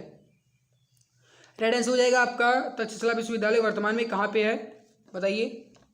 बहुत बढ़िया, राइट हो जाएगा पाकिस्तान में, थर्ड ऑप्शन करेक्ट हो जाएगा, तक्षशिला पाकिस्तान में है। अगला सवाल है कि नगर कोझिकोड कहाँ है? देखिए नगर कोझिकोड ये जो है ये क्या कहलाता था? ये कह रहा है भाई, ये क्या कहलाता था? ये कालीकट कहलाता था। एक बात मैं आपको और बता दूं कि नालंदा का पूछा जाएगा तो बिहार, तक्षशिला पूछा जाएगा तो पाकिस्तान। क्वेश्चन नंबर 21 है कि निम्नलिखित में से कौन सा सही मेल नहीं खाता है? देखिए हर्षवर्धन के समय में होयनसांग आए थे, क्या सही है? हाँ भाई बिल्कुल सही है। अकबर के समय में टोडरमल आए थे, मतलब टोडरमल रहते थे, ठीक है। चंद्रगुप्त, चाणक्य, ठीक है। विक्रमादित्य के समय में चैतन्य, गलत, ये गलत है, बिल्कुल गलत है भाई, चैतन्य नहीं रहते थे, ये सब गलत है, पूरा फोर्थ गलत है। अगला सवाल देखिए, कंबोडिया में स्थित अंकोर वाट का सुप्रसिद्ध विष्णु मंदिर किसने बनवाया था? राइट आंसर हो जाएगा सूर्यवर्मन द्वितीय ने। Option number second correct answer हो जाएगा सूर्यवर्मन द्वितीय। निम्नलिखित का मिलान कीजिए, नीचे दी गई कूट भाषा का प्रयोग करके सही उत्तर का चयन कीजिए और ये लीजिए पूरा का पूरा सवाल। चलिए बताइए क्वेश्चन नंबर 23। बहुत इंपॉर्टेंट सवाल है भाई, बताओ। देखिए समझिएगा, यहाँ पे अगर कहा जाए बृहदेश्वर मंदिर ये कहाँ पे है, तो ये तमिलनाडु में है, ठीक है। अगर पूछा जाए आपसे कि दिलवाड़ा मंदिर कहाँ पे है, बताइए पहले। दिलवाड़ा मंदिर कहाँ पे है, तो ये आपका हो जाएगा माउंट आबू राजस्थान में। लिंगराज मंदिर कहाँ पे है, ये यहाँ पे टिक है भाई। लिंगराज मंदिर कहाँ पे है, ये आपका हो जाएगा उड़ीसा में। और हम्पी में स्मारक जो है कहाँ पे हो जाएगा, कर्नाटक में। तो क्या हो जाएगा आपका, पहले हो जाएगा आपका क्या हो जाएगा, पहले आपका वी के बाद डी के बाद ए के बाद सी, BDAC यानी थर्ड ऑप्शन राइट हो जाएगा। अगला सवाल देखिए, क्वेश्चन नंबर 24 है, निम्नलिखित में से कौन सा युग्म गलत है। कौन सा युग्म गलत है, अच्छा ठीक है। ह्वेनसांग चीनी आती था, इब्न बतूता मोरक्को था, और मेगास्थनी यूनान से था, फाहियान ये भी चीनी था, तो ये मलेशिया कहाँ से आ गया, गलत है। योग दर्शन के प्रतिपादक कौन है, घना आसान सवाल है। राइट हो जाएगा पंतजल, option number first correct answer हो जाएगा पंतजल। नचिकेता और यम के बीच जो सुप्रसिद्ध संवाद है, ये किस में उल्लेखित है, किस उपनिषद में उल्लेखित है, कंठोपनिषद में है। राइट हो जाएगा आपका थर्ड ऑप्शन कंठोपनिषद। अगला सवाल देखते हैं, कटु सत्यता को दर्शाने वाला सामाजिक नाटक मृच्छकटिकम यानी कि मिट्टी की छोटी गाड़ी, ये किसने लिखा है, शूद्रक ने, option number first correct answer हो जाएगा। अगला सवाल देखिए, निम्नलिखित में से कौन सा प्राचीन भारत में राजाओं द्वारा अपना पद स्थापित करने के लिए किया जाने वाला एक प्रकार का बलिदान नहीं था। राइट आंसर हो जाएगा यहाँ पे आपका वो हो जाएगा मुबेंदे वेलन, ठीक है, बड़ा कठिन नाम था। किस राज्य में फोडोंग बौद्ध मठ है, फोडोंग बौद्ध मठ कहाँ है। राइट आंसर हो जाएगा आपका सिक्किम में। अगला सवाल, उस भारतीय राज्य की पहचान करें जिसे महाकाव्य काल में प्राग्ञ ज्योतिष के रूप में जाना जाता था। Option number 1 Assam. Okay so guys यहाँ पे टाइप नंबर 1 का पूरा answer, type number 2, type number 3, type number 4, type number 5, ये सारा का सारा आंसर आपको मिल जाएगा। ये जो PDF है आपको टेलीग्राम चैनल एग्जाम गुरुजी भाई अरविंद सर पर मिल जाएगी, वहाँ से आप इसकी PDF को जरूर ले लीजिएगा, और ये फुल एक्सप्लेन के साथ है। बाकी मेरे प्यारे भाई, ये प्राचीन इतिहास कंप्लीट हुआ, अब हम बढ़ते हैं अपने मध्यकालीन इतिहास की तरफ। ओके फिर वही कहना चाहेंगे भाई, अगर मेहनत अच्छी लगी है तो लाइक ज़रूर कर दो, और अगर आपको ये क्लास अच्छी लगी है तो लाइक तो करना ही बनता ही है। और अगर आप चाहें तो इस ई बुक को ले सकते हैं, मैंने आपको पहले भी बताया है, फिर से एक बार मैं आपको एक छोटी नज़र में या सरसरी नज़र में बता देता हूँ। ये ई बुक जो है 5000 से ज़्यादा GK के क्वेश्चंस की है, मात्र 39 रुपये में आपको मिल जाएगी। इसमें आपका GK पूरा कवर हो जाएगा, history, geography, economic, constitution, science, physics, chemistry, biology, static GK के 5000 क्वेश्चन मिलेंगे, साथ में एक्स्ट्रा पॉइंट्स मिलेगा। अगर लेना है तो मात्र 39 रुपये में ले सकते हो। 8948667652 8948764752 पर व्हाट्सअप करके आप इसे परचेज कर सकते हैं। आज की जो ये क्लास है आपको कैसी लगी कमेंट्स में जरूर बताइएगा। अब हम बढ़ते हैं अपने मध्यकालीन इतिहास की तरफ। नमस्कार, अब GK विषय का डर हुआ पूरी तरह खत्म। जी हाँ, आप सभी के लिए 5000 प्लस क्वेश्चंस की ई बुक लॉन्च की जा चुकी है। इस ई बुक में आपको history, geography, economic, constitution, science के अंतर्गत फिजिक्स, केमिस्ट्री, बायोलॉजी और स्टैटिक GK के 5000 प्लस क्वेश्चंस के साथ एक्स्ट्रा पॉइंट्स मिलेंगे। यह ई बुक आपको इमेज एंड कलरफुल मिलेगी ताकि आपको पढ़ने में मजा आए। इस ई बुक को आप मात्र 39 रुपये में परचेज कर सकते हैं, जिस पे 60% का डिस्काउंट चल रहा है। अगर आप अभी परचेज करेंगे तो आप मात्र 39 रुपये में खरीद सकते हैं। इसको खरीदने के लिए UPI ID पूजा BCI T05@OKSBI पर आपको मात्र 39 रुपये पे करना है, या फिर अन्य डिटेल्स आप व्हाट्सएप नंबर 8948667652 पे आप प्राप्त कर सकते हैं। यहाँ से भी आप परचेज कर सकते हैं। यह ई बुक आपको सभी एग्जाम्स में बहुत ज़्यादा हेल्प करेगी और आपको सिलेक्शन दिलाने में बहुत ज़्यादा मदद करेगी। बहुत बहुत धन्यवाद।